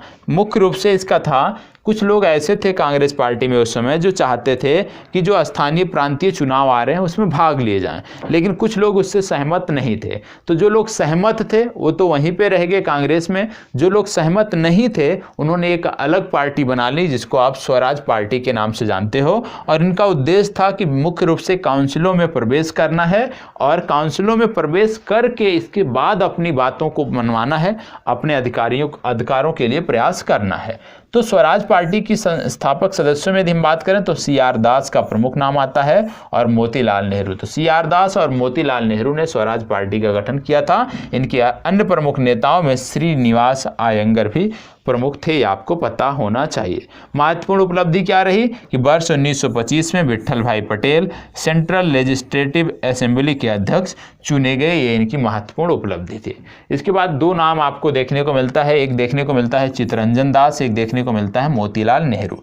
चित्तरंजन दास की बात करें तो देशबंधु इनको कहा जाता है, ठीक है। इनकी उपाधि थी देशबंधु। इंग्लैंड में इन्होंने पढ़ाई की थी और वकील के रूप में सबसे बड़ी सफलता इनकी यह थी कि अलीपुर बम कांड केस हुआ था जिसमें इन्होंने अरविंद घोष को बचा लिया था, ठीक है। मोतीलाल नेहरू की यदि हम बात करें तो 16 दिसंबर 1922 को इंडिपेंडेंट पार्टी या स्वराज पार्टी की इनके द्वारा स्थापना की गई, बनाने का निर्णय लिया गया था। और मदन मोहन मालवीय भी इनमें साथ थे, आपको पता होना चाहिए, ठीक है। चलिए, ये तो हो गई बातें स्वराज पार्टी की, किस प्रकार से विचारों में मतभेद होने के चलते एक अलग पार्टी का गठन किया गया था और इसका उद्देश्य था कि काउंसिलों में प्रवेश के माध्यम से हम अपनी बातों को आसानी से मनवा सकते हैं, और उसी दिशा में इन्होंने कार्य करने की बात की। फिर बात आती है साइमन कमीशन। साइमन कमीशन वर्ष 1927 में भारत आया था, सबको पता होगा। तो साइमन कमीशन के बारे में भी अब हमें बात करनी है, ठीक है। तो चलिए अब साइमन कमीशन के बारे में हम चीज़ों को देख लेते हैं।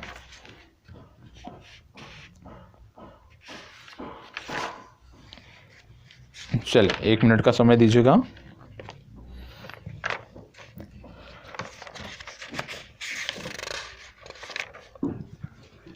चलिए, साइमन कमीशन की बात हो रही है। सबसे पहली बात, वर्ष 1919 के मॉन्टेगू चेम्सफोर्ड सुधार रिपोर्ट गठन का प्रावधान कब हुआ? गठन का प्रावधान हुआ 1919 के मॉन्टेगू चेम्सफोर्ड रिपोर्ट में। वर्ष 10वें वर्ष पर इसकी समीक्षा है तो एक संवैधानिक आयोग के गठन करने की बात थी, ठीक है। लेकिन यह आयोग पहले गठन कर दिया गया था और इसी को साइमन कमीशन नाम दिया गया था। इसकी नियुक्ति कब की गई थी? इसकी नियुक्ति की गई थी नवंबर 1927 में तत्कालीन ब्रिटिश प्रधानमंत्री स्टेनली बाल्डविन द्वारा, ठीक है। भारतीय सांविधिक आयोग या साइमन कमीशन आयोग इसको कहा जाता है। अब इसके बाद बात आती है कि जो साइमन कमीशन था इसकी संरचना क्या थी। तो इसकी संरचना में यदि हम बात करें तो अध्यक्ष सहित कुल 7 सदस्य थे। सभी सदस्य अंग्रेज थे और क्लीमेंट इटली भी इनमें से एक सदस्य थे। इसके अध्यक्ष थे जॉन साइमन। और इसी बात को लेकर भारतीयों ने इसका विरोध किया था कि जो साइमन कमीशन है ये श्वेत कमीशन है, क्योंकि किसी भी भारतीय को इसमें जगह नहीं दी गई है। अध्यक्ष सहित कुल 7 लोग हैं और सभी 7 के 7 सदस्य जो है वो फॉरेन के हैं, ब्रिटेन से बिलोंग करते हैं, इंग्लैंड से बिलोंग करते हैं। इसके बाद आपको देखने को मिलता है विरोध। विरोध का कारण क्या रहा, जैसे मैंने आपको बताया सभी सदस्य गैर भारतीय हैं, इसीलिए इसको श्वेत कमीशन की संज्ञा दी गई। कांग्रेस द्वारा मद्रास अधिवेशन दिसंबर 1927 में साइमन कमीशन के विरोध करने का निर्णय लिया गया। 3 फरवरी 1928 को साइमन कमीशन का बम्बई आगमन हुआ और देशव्यापी हड़ताल का आयोजन किया गया। यहाँ पे नारा दिया गया साइमन कमीशन वापस जाओ। ठीक है, ये तो हो गया विरोध। आपने देखा गठन क्यों किया गया, मांटेगू चेम्सफोर्ड सुधार पर प्रत्येक 10 वर्ष में एक समीक्षा करनी थी और उसी समीक्षा को लेकर इसका गठन किया गया था। नियुक्ति में आपने देखा कि तत्काल प्रधानमंत्री स्टैनली बॉल्डविन द्वारा इसकी नियुक्ति की गई थी। संरचना में आपने देखा अध्यक्ष सहित कुल 7 सदस्य थे। विरोध में आपने देखा क्योंकि सभी के सभी सदस्य जो थे वो क्या थे, वो गैर श्वेत थे, श्वेत सदस्य थे, इसी के चलते इसका विरोध हो रहा था। ठीक है, इसके बाद आपको देखने को मिलता है एक महत्वपूर्ण घटना कि लाला लाजपत राय का संदर्भ। लाला लाजपत राय जो हैं ये साइमन कमीशन के विरोध के जुलूस का नेतृत्व कर रहे थे। पुलिस वालों ने गंभीर रूप से यहाँ पे इनको चोट पहुंचाई, लाठीचार्ज हुआ जिसमें एक घायल हुए और इसी के चलते अंततः इनकी मृत्यु हो गई और पंजाब के प्रमुख राजनीतिक नेता के रूप में ये सामने रहे और इनकी उपाधि थी पंजाब केसरी, ये भी आपको पता होना चाहिए। ठीक है, तो लाला लाजपत राय की मृत्यु जो है साइमन कमीशन के दौरान किए जा रहे विरोध प्रदर्शनों के बाद हुई थी, जब इनको घायल अवस्था में अस्पताल में भर्ती कराया गया था और वहीं पर उन्होंने दम तोड़ दिया था। तो यह आपको पता होना चाहिए। इसके बाद बात आती है नेहरू रिपोर्ट।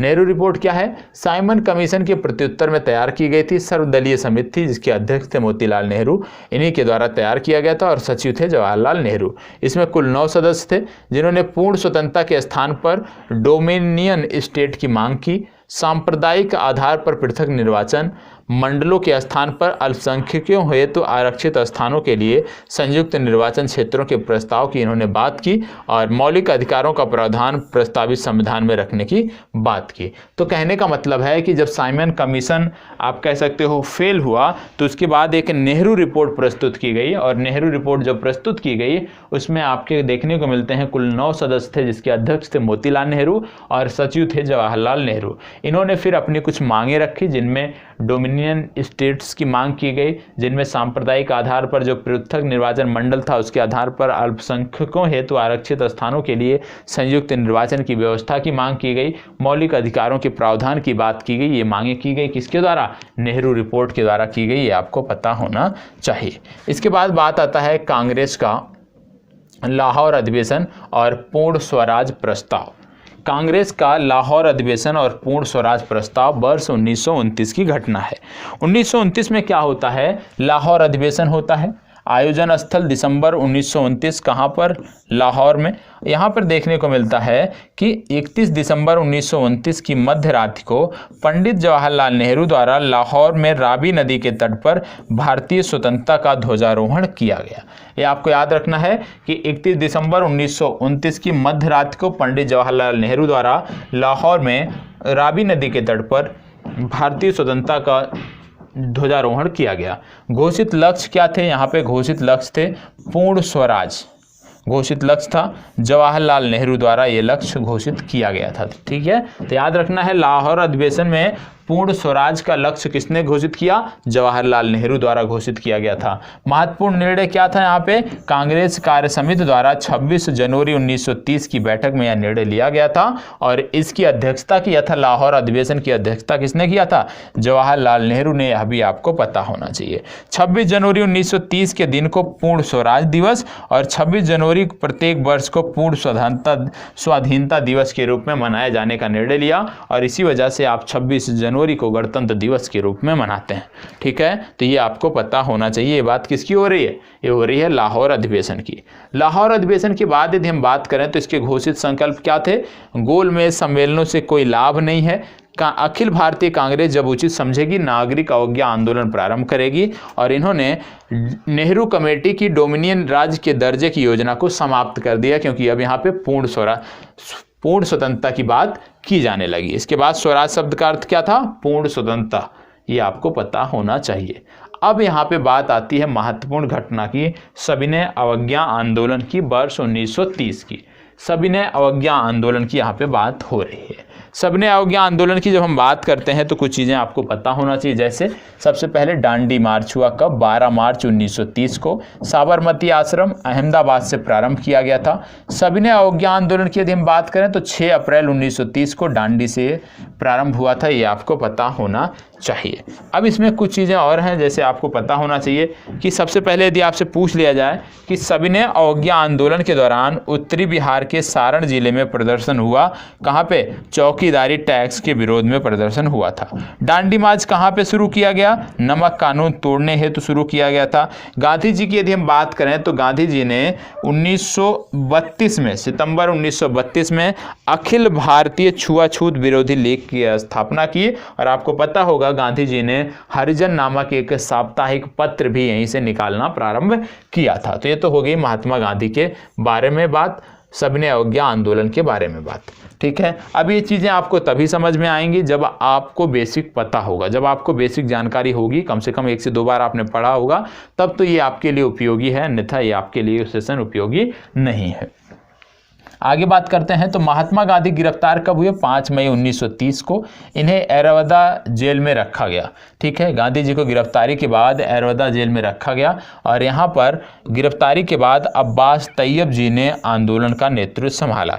फिर जब अब्बास तैयब जी भी गिरफ्तार हो गए तो इसके बाद सरोजनी नायडू द्वारा धरसना नमक गोदाम पर धावे का नेतृत्व किया गया। कहने का मतलब है कि जब महात्मा गांधी ने नेतृत्व किया, उसके बाद महात्मा गांधी की गिरफ्तारी हुई तो अब्बास तैयब जी ने आंदोलन का नेतृत्व किया, और अब्बास तैयब जी की गिरफ्तारी के बाद सरोजनी नायडू द्वारा इसका नेतृत्व किया गया था। ये आपको पता होना चाहिए। ठीक है, उत्तरी पश्चिमी सीमा पर यदि हम बात करें तो खुदाई खिदमतगार संगठन द्वारा अपना विस्तार किया जा रहा था, और यहाँ पे देखने को मिलता है कि खान अब्दुल गफ्फार खान, इनका नाम आपको पता होगा, जिनके द्वारा इस विरोध को आगे बढ़ाया जा रहा था।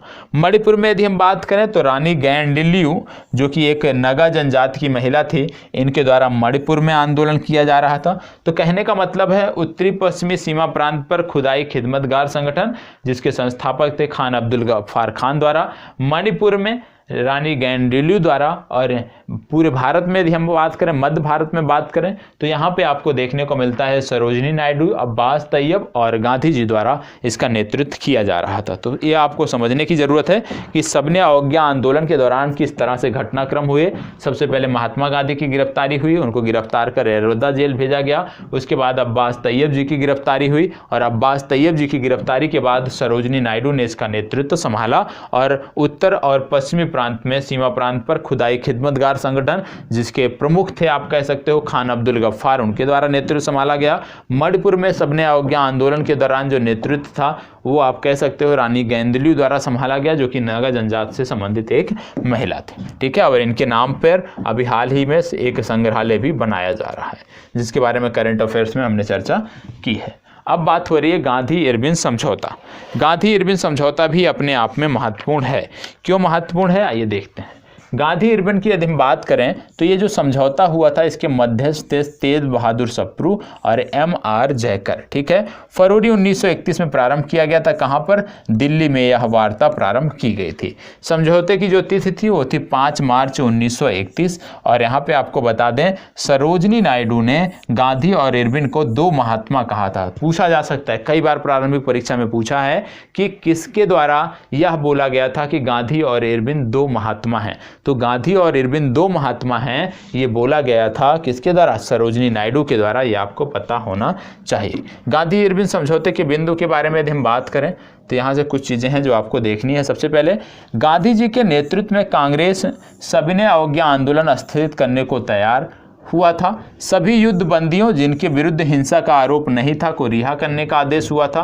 विदेशी कपड़ों और शराब की दुकानों पर शांतिपूर्ण धरना देने का अधिकार मिला था। समुद्र तटीय प्रदेशों में बिना नमक कर दिए नमक बनाने की अनुमति मिली थी और कांग्रेस द्वितीय गोलमेज सम्मेलन में भाग लेगी, ऐसा इन्होंने कहा था। तो महात्मा गांधी और इरविन के बीच जब समझौता हुआ था तो ये कुछ उसके महत्वपूर्ण बिंदु थे जिनमें बोला गया था कि कांग्रेस सविनय अवज्ञा आंदोलन जो है वो स्थगित करेगी, लेकिन उसके बदले में कुछ चीजें चाहती है। क्या चाहती है? सभी युद्धबंदी जिनके खिलाफ हिंसा का आरोप नहीं है उनको रिहा कर दिया जाए।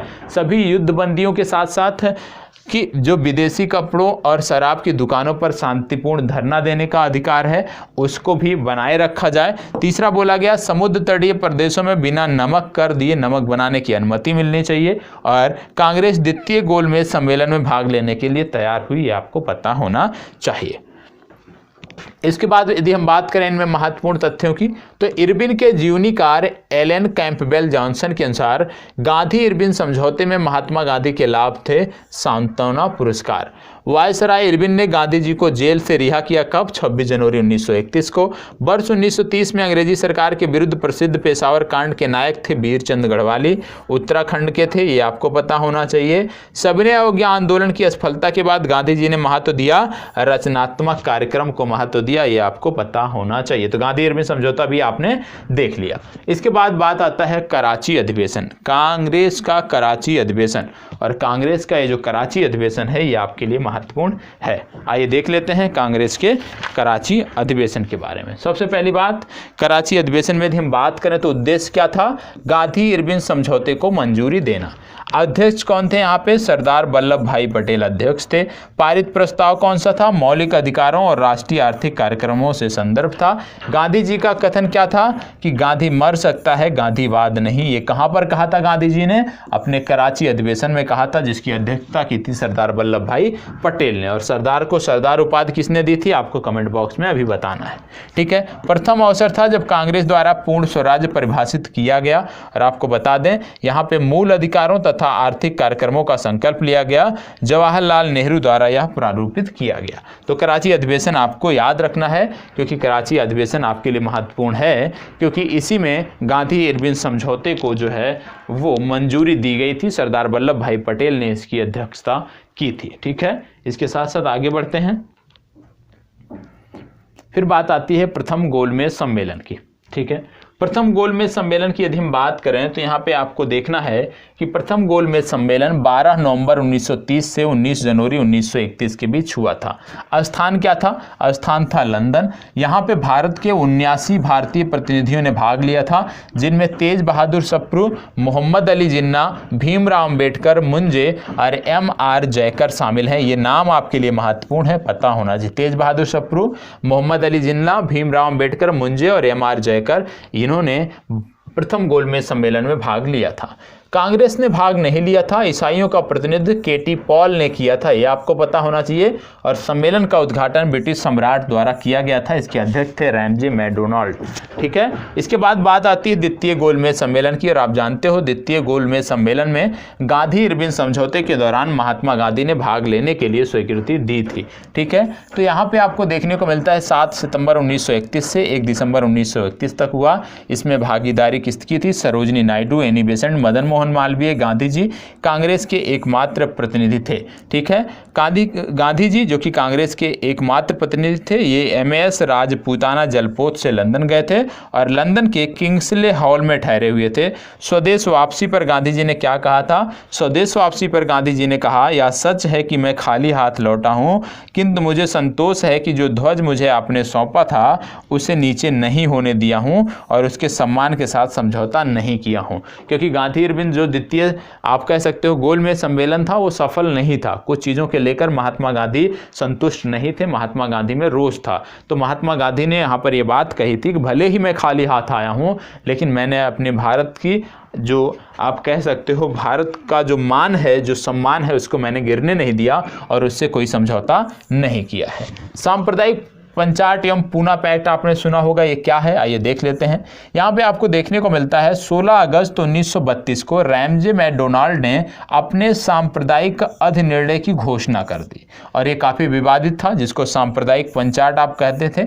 क्या था ये? दलितों को भी अल्पसंख्यक मानकर हिंदुओं से अलग कर दिया गया था। किसके अंतर्गत? सांप्रदायिक पंचाट के अंतर्गत। गांधी जी ने अपना पहला आमरण अनशन भी यहीं पर प्रारंभ किया था। किसके विरुद्ध? सांप्रदायिक निर्णय के विरुद्ध। और 24 सितंबर 1932 को भीमराव अंबेडकर और गांधी जी के अनुयायियों के मध्य हुए समझौते को कहा जाता है पूना समझौता, क्योंकि पूना समझौता जो है वो कम्युनल अवार्ड सांप्रदायिक पंचाट के विरुद्ध था, उसको समाप्त करने के लिए था। और जब ये समाप्त हुआ उसी के बाद ही महात्मा गांधी ने अपना पहला आमरण अनशन समाप्त किया था। किनके बीच हुआ था? इसको पूना पैक्ट के नाम से जाना जाता है, पूना समझौते के नाम से जाना जाता है, और महात्मा गांधी और भीमराव अंबेडकर के बीच हुआ था। तो ये आपको पता होना चाहिए। आगे बढ़ते हैं। इसमें आपको देखने को मिलता है कि पूना समझौता 24 सितंबर 1932 को हस्ताक्षरित हुआ। दलितों की ओर से डॉक्टर अंबेडकर, हिंदुओं की ओर से मदन मोहन मालवीय, और महात्मा गांधी ने पूना समझौते पर हस्ताक्षर नहीं किया है। इसको भी याद रखना फैक्ट, क्या कि महात्मा गांधी ने पूना समझौते पर हस्ताक्षर नहीं किया है। हालांकि समझौता महात्मा गांधी और भीमराव अंबेडकर के बीच हुआ था, लेकिन महात्मा गांधी ने इस पर सिग्नेचर नहीं किया है। इस पे हिंदुओं की तरफ से मदन मोहन मालवीय ने समझौता किया है। ये फैक्ट आपको याद रखना है, ठीक है। इसके बाद तृतीय गोलमेज सम्मेलन हुआ 17 नवंबर 1932 से लेकर 1932 में ही समाप्त हुआ। कांग्रेस द्वारा सम्मेलन का बहिष्कार किया गया। तो कांग्रेस की यदि हम बात करें तो कांग्रेस ने सिर्फ और सिर्फ द्वितीय गोलमेज सम्मेलन में भाग लिया था, जहां पर महात्मा गांधी एकमात्र प्रतिनिधि के रूप में गए हुए थे। तो ये आपको याद रखना है, पहले और तृतीय सम्मेलन में कांग्रेस ने भाग नहीं लिया था। अब बात आती है Congress socialist party 1934। Congress socialist party की यदि हम बात करें तो आपको देखने को मिलता है ऑल इंडिया कांग्रेस, इसका नाम था all India Congress socialist party. मई 1934 में इसकी स्थापना हुई थी पटना में, और कांग्रेस समिति की बैठक के दौरान कुछ सदस्यों ने एक अलग बैठक की थी, और उसी अलग बैठक के दौरान all India Congress socialist party की स्थापना को औपचारिक मान्यता दी गई थी। अक्टूबर-नवंबर 1934 की बात है, बंबई में जब नीतियां और कार्य इसकी स्थापित किए गए। इसके महासचिव बनाए गए जयप्रकाश नारायण और अध्यक्ष थे नरेंद्र देव। तो उतना महत्वपूर्ण नहीं है, लेकिन आपको सिर्फ अध्यक्ष और महासचिव आपको पता होने चाहिए। फिर बात आता है जयप्रकाश नारायण, ये आपके लिए महत्वपूर्ण है, ठीक है। जयप्रकाश नारायण जी का नाम हमेशा बड़े सम्मान के साथ लिया जाता है। तो जयप्रकाश नारायण जी की यदि हम बात करें तो वर्ष 1934 में अखिल भारतीय कांग्रेस समाजवादी पार्टी के संयोजन में, जो आप कह सकते जो पटना में हुआ था, वहां पर इन्होंने भाग लिया था। यह आपको पता होना चाहिए, ठीक है। अखिल भारतीय कांग्रेस समाजवादी पार्टी के ये संयोजक बने थे। कहां पर?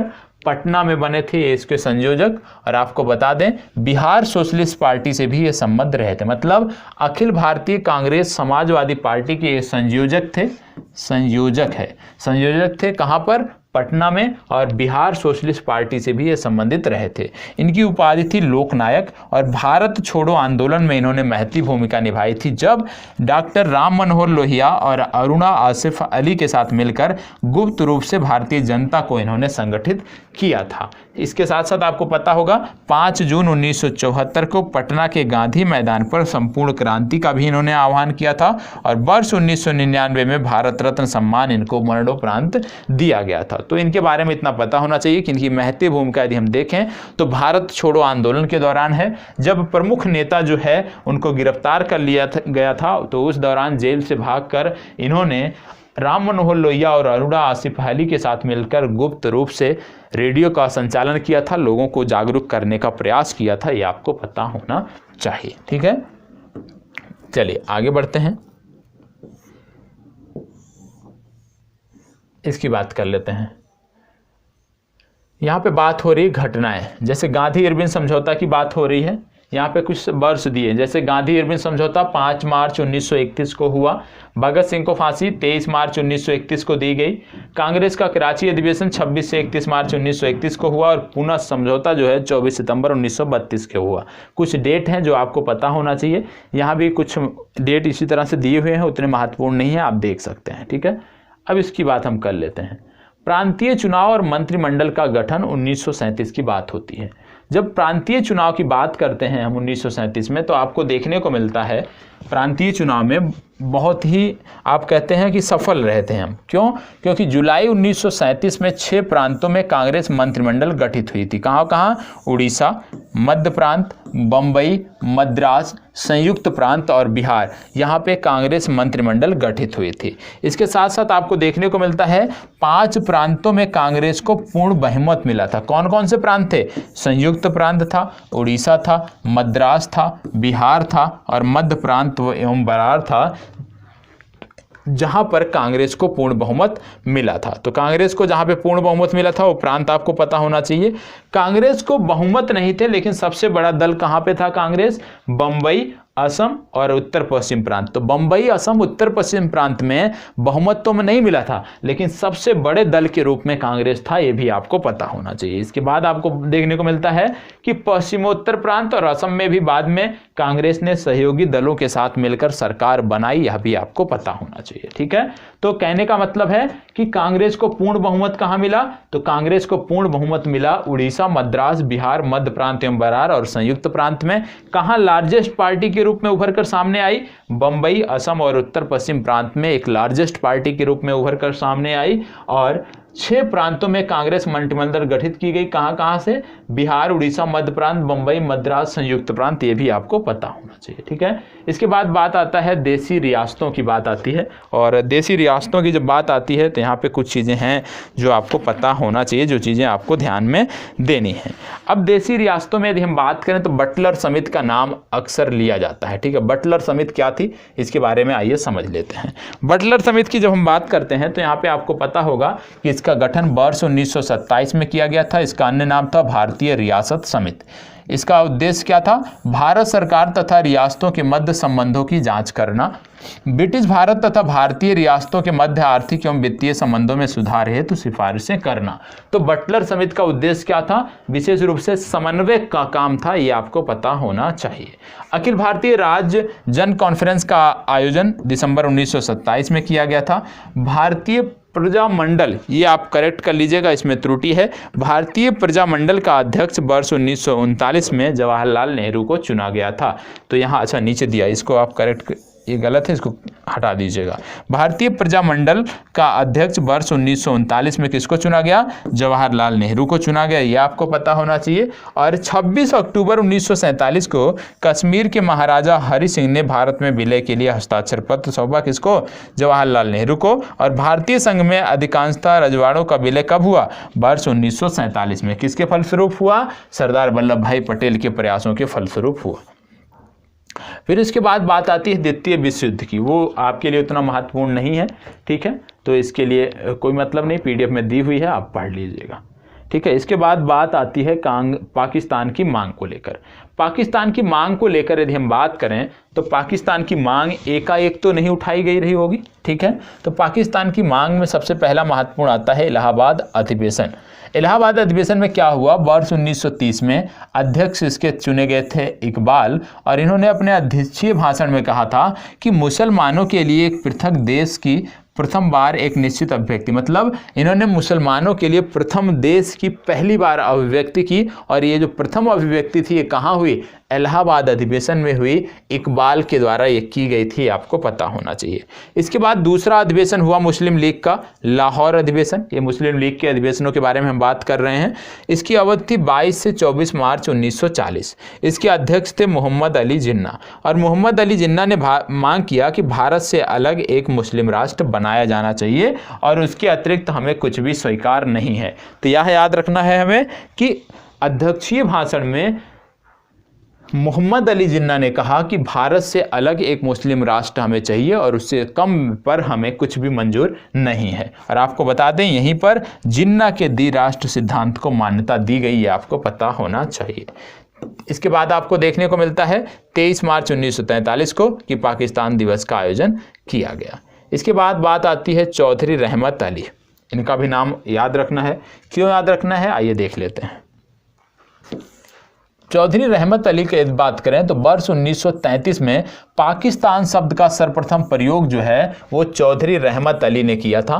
कैम्ब्रिज विश्वविद्यालय के छात्र थे। और पैम्पलेट एक था now or never, or be to live or pariahs forever, ये पंपलेट इन्होंने छपवाया था और वहीं पे इसकी चर्चा की गई थी, ये आपको पता होना चाहिए।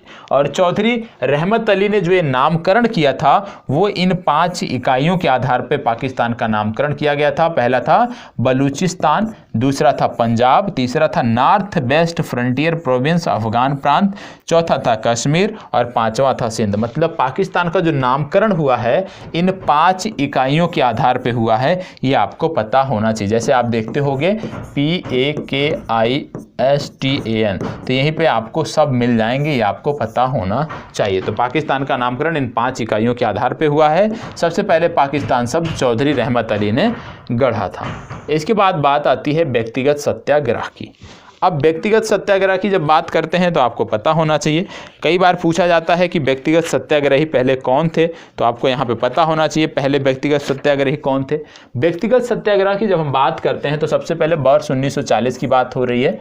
अगस्त माह में कांग्रेस ने गांधी जी के नेतृत्व में इस प्रस्ताव को पूरी तरह से अस्वीकार कर व्यक्तिगत सत्याग्रह प्रारंभ किया था।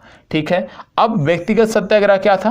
प्रतीकात्मक अभिव्यक्ति थी, किसको लेकर? ब्रिटिश सरकार की भारत के प्रति नीतियों को लेकर नैतिक विरोध की एक नीति थी। इसको प्रारंभ किया था 17 अक्टूबर 1940 को। आपसे अक्सर पूछा जाता है कि प्रथम व्यक्तिगत सत्याग्रही कौन थे, तो इनका नाम आपको याद रखना है। व्यक्तिगत सत्याग्रह में एक चीज़ सिर्फ याद रखना है कि प्रथम व्यक्तिगत सत्याग्रही जो थे वो थे विनोबा भावे। यदि आपसे पूछ लिया जाए द्वितीय व्यक्तिगत सत्याग्रही थे कौन थे, तो पंडित जवाहरलाल नेहरू द्वितीय व्यक्तिगत सत्याग्रही थे। तो सिर्फ इतना याद रखना है, प्रथम व्यक्तिगत सत्याग्रही जो थे वो थे विनोबा भावे, द्वितीय व्यक्तिगत सत्याग्रही थे पंडित जवाहरलाल नेहरू, और व्यक्तिगत सत्याग्रह जो प्रारंभ किया गया था वर्ष 1940 में प्रारंभ किया गया था, ये आपको पता होना चाहिए।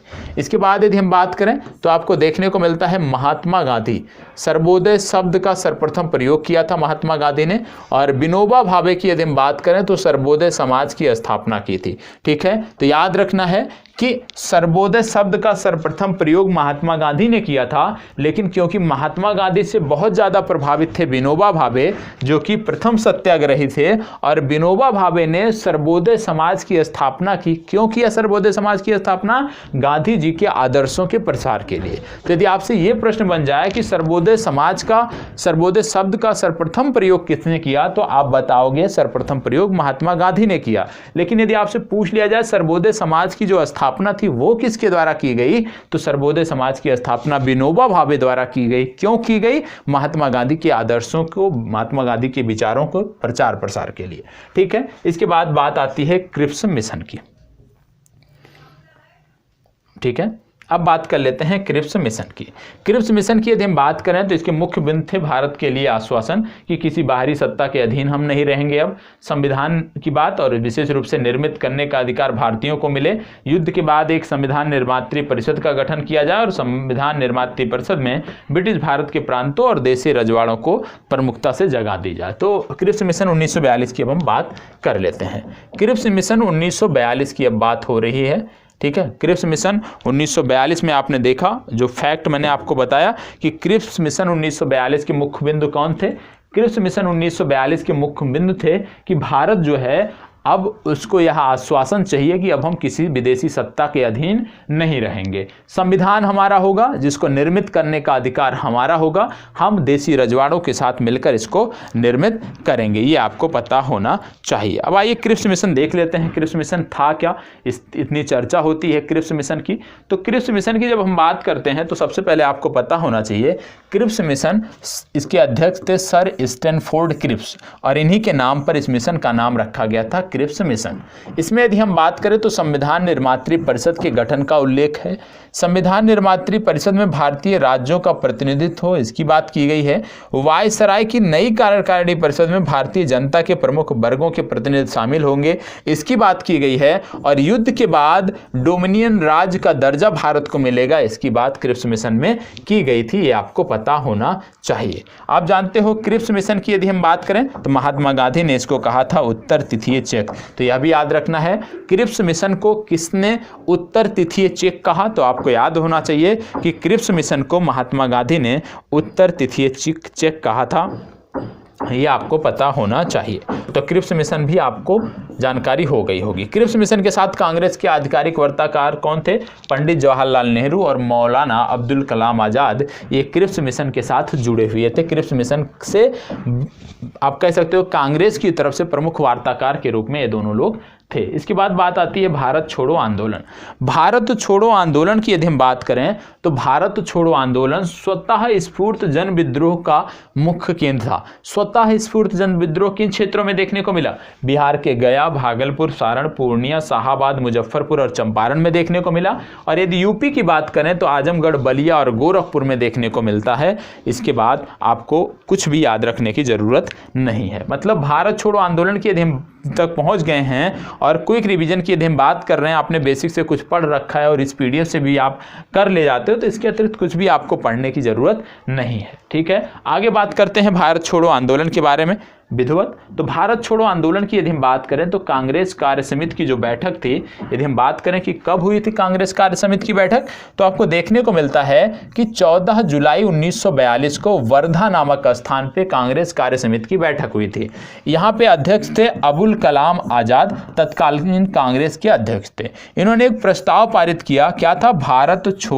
भारत छोड़ो प्रस्ताव पारित किया और इसमें भाग लेने वाले प्रमुख व्यक्ति थे मौलाना अबुल कलाम आजाद, महात्मा गांधी, जेबी कृपलानी, सरोजिनी नायडू, जवाहरलाल नेहरू, वल्लभ भाई पटेल, सैयद महमूद, प्रफुल्ल चंद्र घोष, जीबी पंत, डॉक्टर राजेंद्र प्रसाद, पद्मावती सीतारमैया। ठीक है, ये प्रमुख व्यक्ति थे जिन्होंने इसमें भाग लिया था और यहीं पर यह भारत छोड़ो प्रस्ताव पारित किया गया। तो याद रखना है, वर्धा में यह प्रस्ताव पारित किया गया था जिसके अध्यक्ष थे अबुल कलाम आजाद। इसके बाद आपको देखने को मिलता है अखिल भारतीय कांग्रेस कार्य समिति। इसमें क्या है? वार्षिक बैठक 7 अगस्त 1942 को हुई। कहां पर हुई? ऐतिहासिक ग्वालियर टैंक मुंबई में हुई। विशेष क्या था इसमें? वर्धा प्रस्ताव भारत छोड़ो की पुष्टि यहां पर की गई और 8 अगस्त 1942 को वर्धा प्रस्ताव स्वीकार किया गया। कुछ संशोधन किए गए लेकिन स्वीकार किया गया और घोषणा की गई कि भारत छोड़ो आंदोलन अब प्रारंभ किया जाए और भारत छोड़ो आंदोलन का प्रस्ताव यहाँ पे पारित किया गया। इसको प्रस्तुत किया था जवाहरलाल नेहरू ने, समर्थन दिया सरदार वल्लभ भाई पटेल ने और आलेख लिखा था गांधी जी और मौलाना अबुल कलाम आज़ाद ने। गांधी जी ने, नेहरू ने और मौलाना अबुल कलाम आज़ाद ने। ये आपको पता होना चाहिए। ठीक है, तो ये आपको पता होना चाहिए कि जब बात आती है भारत छोड़ो आंदोलन की, तो भारत छोड़ो आंदोलन में सबसे पहले आपको पता होना चाहिए कि वर्धा नामक स्थान पर कांग्रेस कार्य समिति की बैठक होती है और इस कांग्रेस कार्य समिति की बैठक की अध्यक्षता किया था अबुल कलाम आज़ाद ने। और अबुल कलाम आज़ाद ने क्योंकि यहाँ पे अध्यक्षता किया था और वहीं पर आपको एक प्रस्ताव पारित किया गया था जिसको बोला गया था भारत छोड़ो। और इस प्रस्ताव के बाद आपको देखने को मिलता है कि वार्षिक बैठक हुई कहाँ पे? 7 अगस्त 1942 को। कहाँ पर हुई? ऐतिहासिक ग्वालियर टैंक मुंबई में हुई और यहाँ पे विशेष क्या रहा? वर्धा प्रस्ताव की पुष्टि की गई और 8 अगस्त 1942 को वर्धा प्रस्ताव स्वीकार किया गया और घोषणा की गई कि भारत छोड़ो आंदोलन अब प्रारंभ किया जाए। अब भारत छोड़ो आंदोलन का जो प्रस्ताव यहाँ पारित किया गया था, इसको प्रस्तुत किया जवाहरलाल नेहरू ने, समर्थन दिया सरदार पटेल ने और इसका आलेख लिखा था गांधी जी ने। गांधी जी ने आलेख लिखा था लेकिन इसमें सहायता की थी 2 लोगों ने। किसने? नेहरू, मौलाना आज़ाद के सहयोग से ये तैयार हुआ था। ये आपको पता होना चाहिए। तो ये तो हो गया भारत छोड़ो आंदोलन। अब भारत छोड़ो आंदोलन उनका तैयार हो गया होगा जिन्होंने पहले से कुछ पढ़ रखा रहा होगा। ठीक है, अब आंदोलन का प्रारंभ एवं प्रगति। भारत छोड़ो आंदोलन का प्रारंभ और प्रगति ये आपके लिए महत्वपूर्ण है। क्यों? क्योंकि जैसे ही इसका आरंभ होता है 9 अगस्त 1942 को जैसे आरंभ होता है, तुरंत ऑपरेशन 0 आवर प्रारंभ कर दिया जाता है और कांग्रेस के प्रमुख शीर्ष नेताओं को गांधी समेत गिरफ्तार कर लिया जाता है। आगा खां पैलेस में पूना में रखा गया है महात्मा गांधी, सरोजिनी नायडू को। अहमदनगर किला में जवाहरलाल नेहरू, अबुल कलाम आज़ाद, गोविंद बल्लभ पंत, सीताराम भैया और सैयद महमूद, जेबी कृपलानी को रखा गया। बांकीपुर जेल में रखा गया राजेंद्र प्रसाद। हजारीबाग में रखा गया शिव कुमार और रामानंद। आंदोलन में प्रमुख भागीदारी की यदि बात करें तो समूचे देश की रही। सर्वाधिक प्रभावित क्षेत्र बंबई, बंगाल, बिहार, उड़ीसा एवं मद्रास रहा। और स्वतः स्फूर्ति आंदोलन कहाँ रहा? शीर्ष नेताओं की गिरफ्तारी के बाद जो अभी आपने देखा कि बिहार के कुछ क्षेत्र और उत्तर प्रदेश के कुछ क्षेत्र थे जहाँ पे ये स्वतः स्फूर्ति के रूप में रहा। तो सबसे पहली बात कि कब प्रारंभ हुआ? 9 अगस्त 1942 को ऑपरेशन जीरो आवर तुरंत प्रारंभ किया अंग्रेजी सरकार ने, ब्रिटिश हुकूमत ने, और प्रमुख नेताओं को गिरफ्तार कर लिया गया। अब इनके जो कैद स्थल हैं इनके बारे में पूछा जाता है, इनके कैद स्थल के बारे में पूछा जाता है। तो इनके कैद स्थल के बारे में आपको जानकारी होनी चाहिए कि कौन से प्रमुख व्यक्ति को कहाँ कैद किया गया। जैसे आगा खां पैलेस में गांधी जी और सरोजिनी नायडू, अहमदनगर किला में जवाहरलाल नेहरू, अबुल कलाम आज़ाद, गोविंद वल्लभ पंत, बहुत सारे लोग थे। बांकीपुर जेल में यदि हम बात करें तो राजेंद्र प्रसाद, हजारीबाग में बात करें तो शिव कुमार और रामानंद, इनको गिरफ्तार करके रखा गया था। इस दौरान भी कांग्रेस रेडियो प्रसारित हो रहा था और गुप्त तरीके से राम मनोहर लोहिया नियमित रूप से इसका प्रसारण कर रहे थे। भूमिगत तरीके से उषा मेहता इसका संचालन कर रही थी। और बाद में आपने देखा होगा कि जयप्रकाश नारायण भी जब जेल से भाग कर आते हैं तो इसी संचालन से जुड़ जाते हैं, कांग्रेस रेडियो से जुड़कर भारतीयों को जागरूक करने का प्रयास करते हैं। यहाँ पे एक पत्रकार थे लुई फिशर, जो कि अमेरिकी पत्रकार थे। इन्होंने भारतीय स्वतंत्रता की मांग की थी, महात्मा गांधी के जीवनीकार भी रहे हैं और भारत छोड़ो आंदोलन के दौरान महात्मा गांधी के साथ भी ये थे। तो यदि आपसे पूछ लिया जाए कि कौन से अमेरिकी पत्रकार महात्मा गांधी के साथ रहे हैं तो लुई फिशर इनका नाम है और ये भारत छोड़ो आंदोलन के दौरान भी महात्मा गांधी के साथ रहे हैं।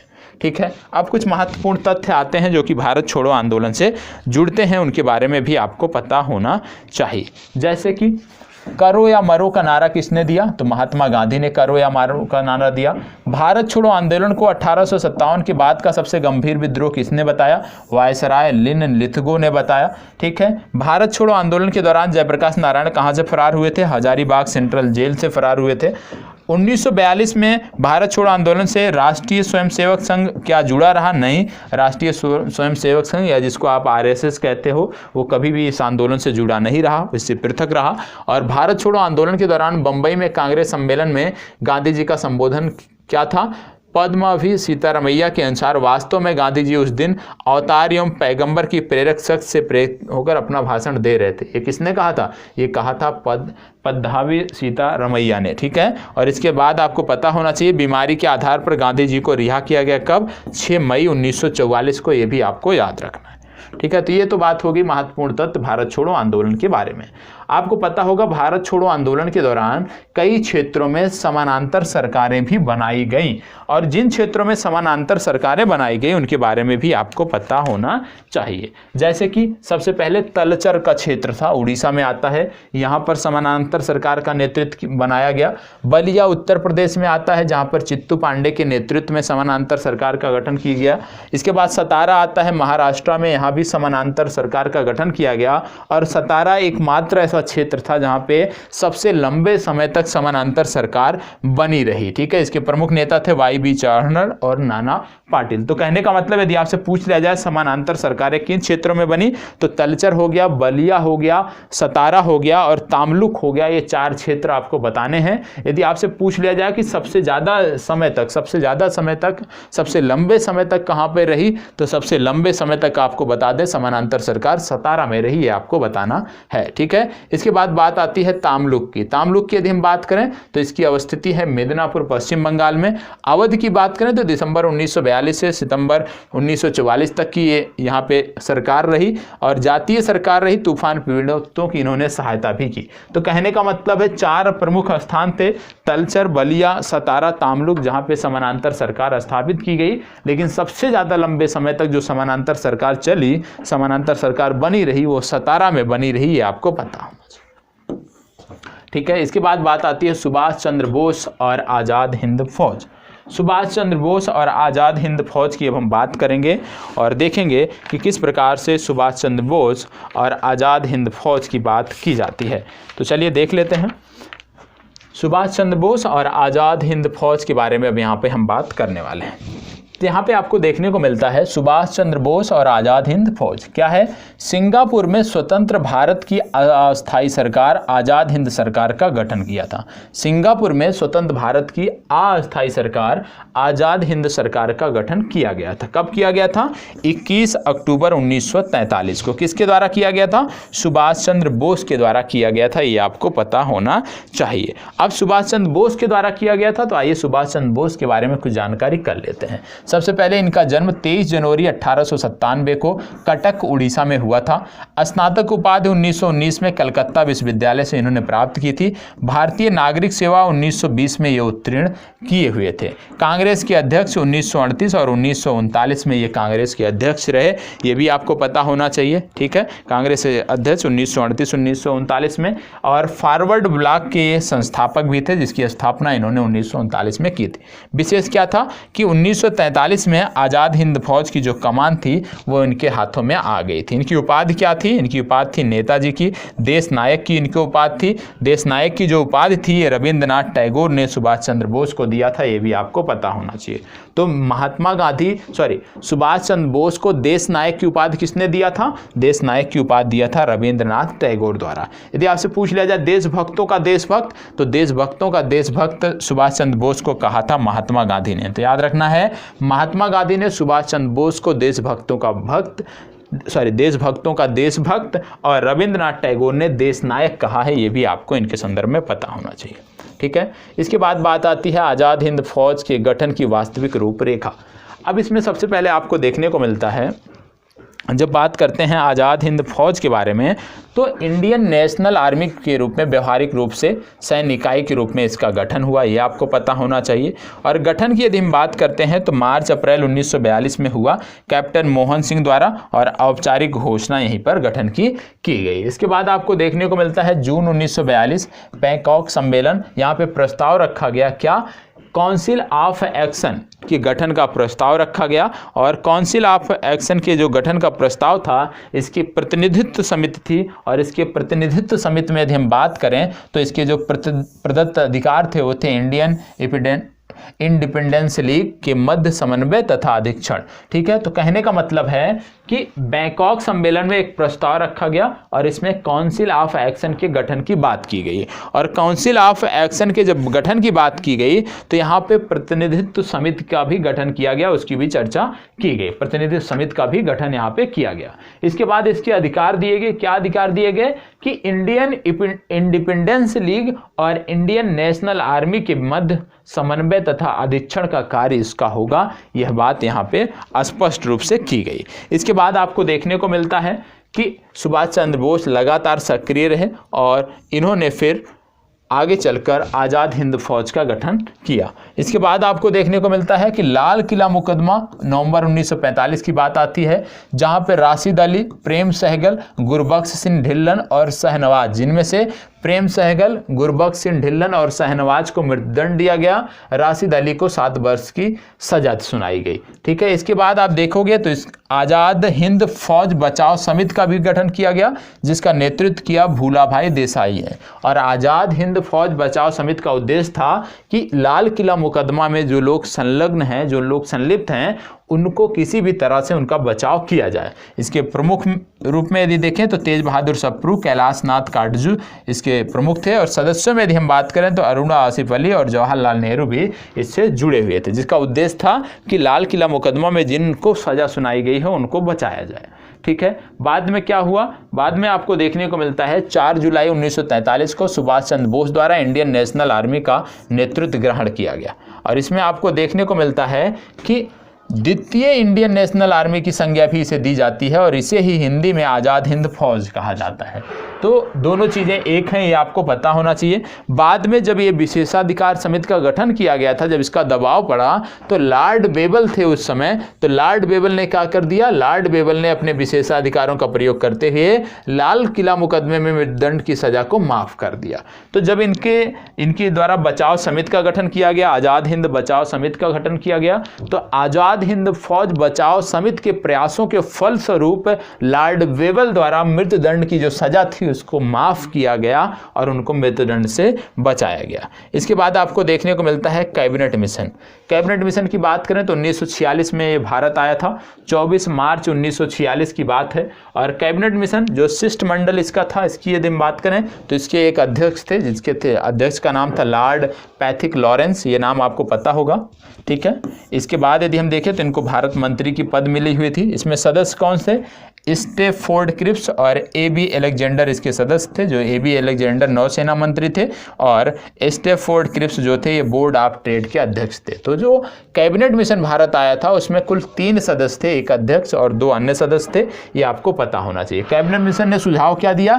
त्रिस्तरीय शासन व्यवस्था का इन्होंने सुझाव दिया और प्रस्ताव के प्रमुख बिंदु क्या थे? मुस्लिम लीग की पाकिस्तान की मांग को अस्वीकृत कर दिया गया यहाँ पे, और भारत एक संघ होगा और संविधान सभा के गठन की बात यहाँ पे की गई। ठीक है, तो आज के लिए इतना ही, क्योंकि बड़ा शोर हो रहा है, कुछ काम चल रहा है संस्थान में जिसके चलते चीज़ें डिस्टर्ब हो रही हैं। तो आज के लिए इतना ही, कल की कक्षा में इसी के आगे हम बात करेंगे और अन्य फैक्ट के बारे में हम जानेंगे, देखेंगे। चलिए, इसी प्रकार हमारे साथ बने रहें। धन्यवाद, बहुत बहुत आभार।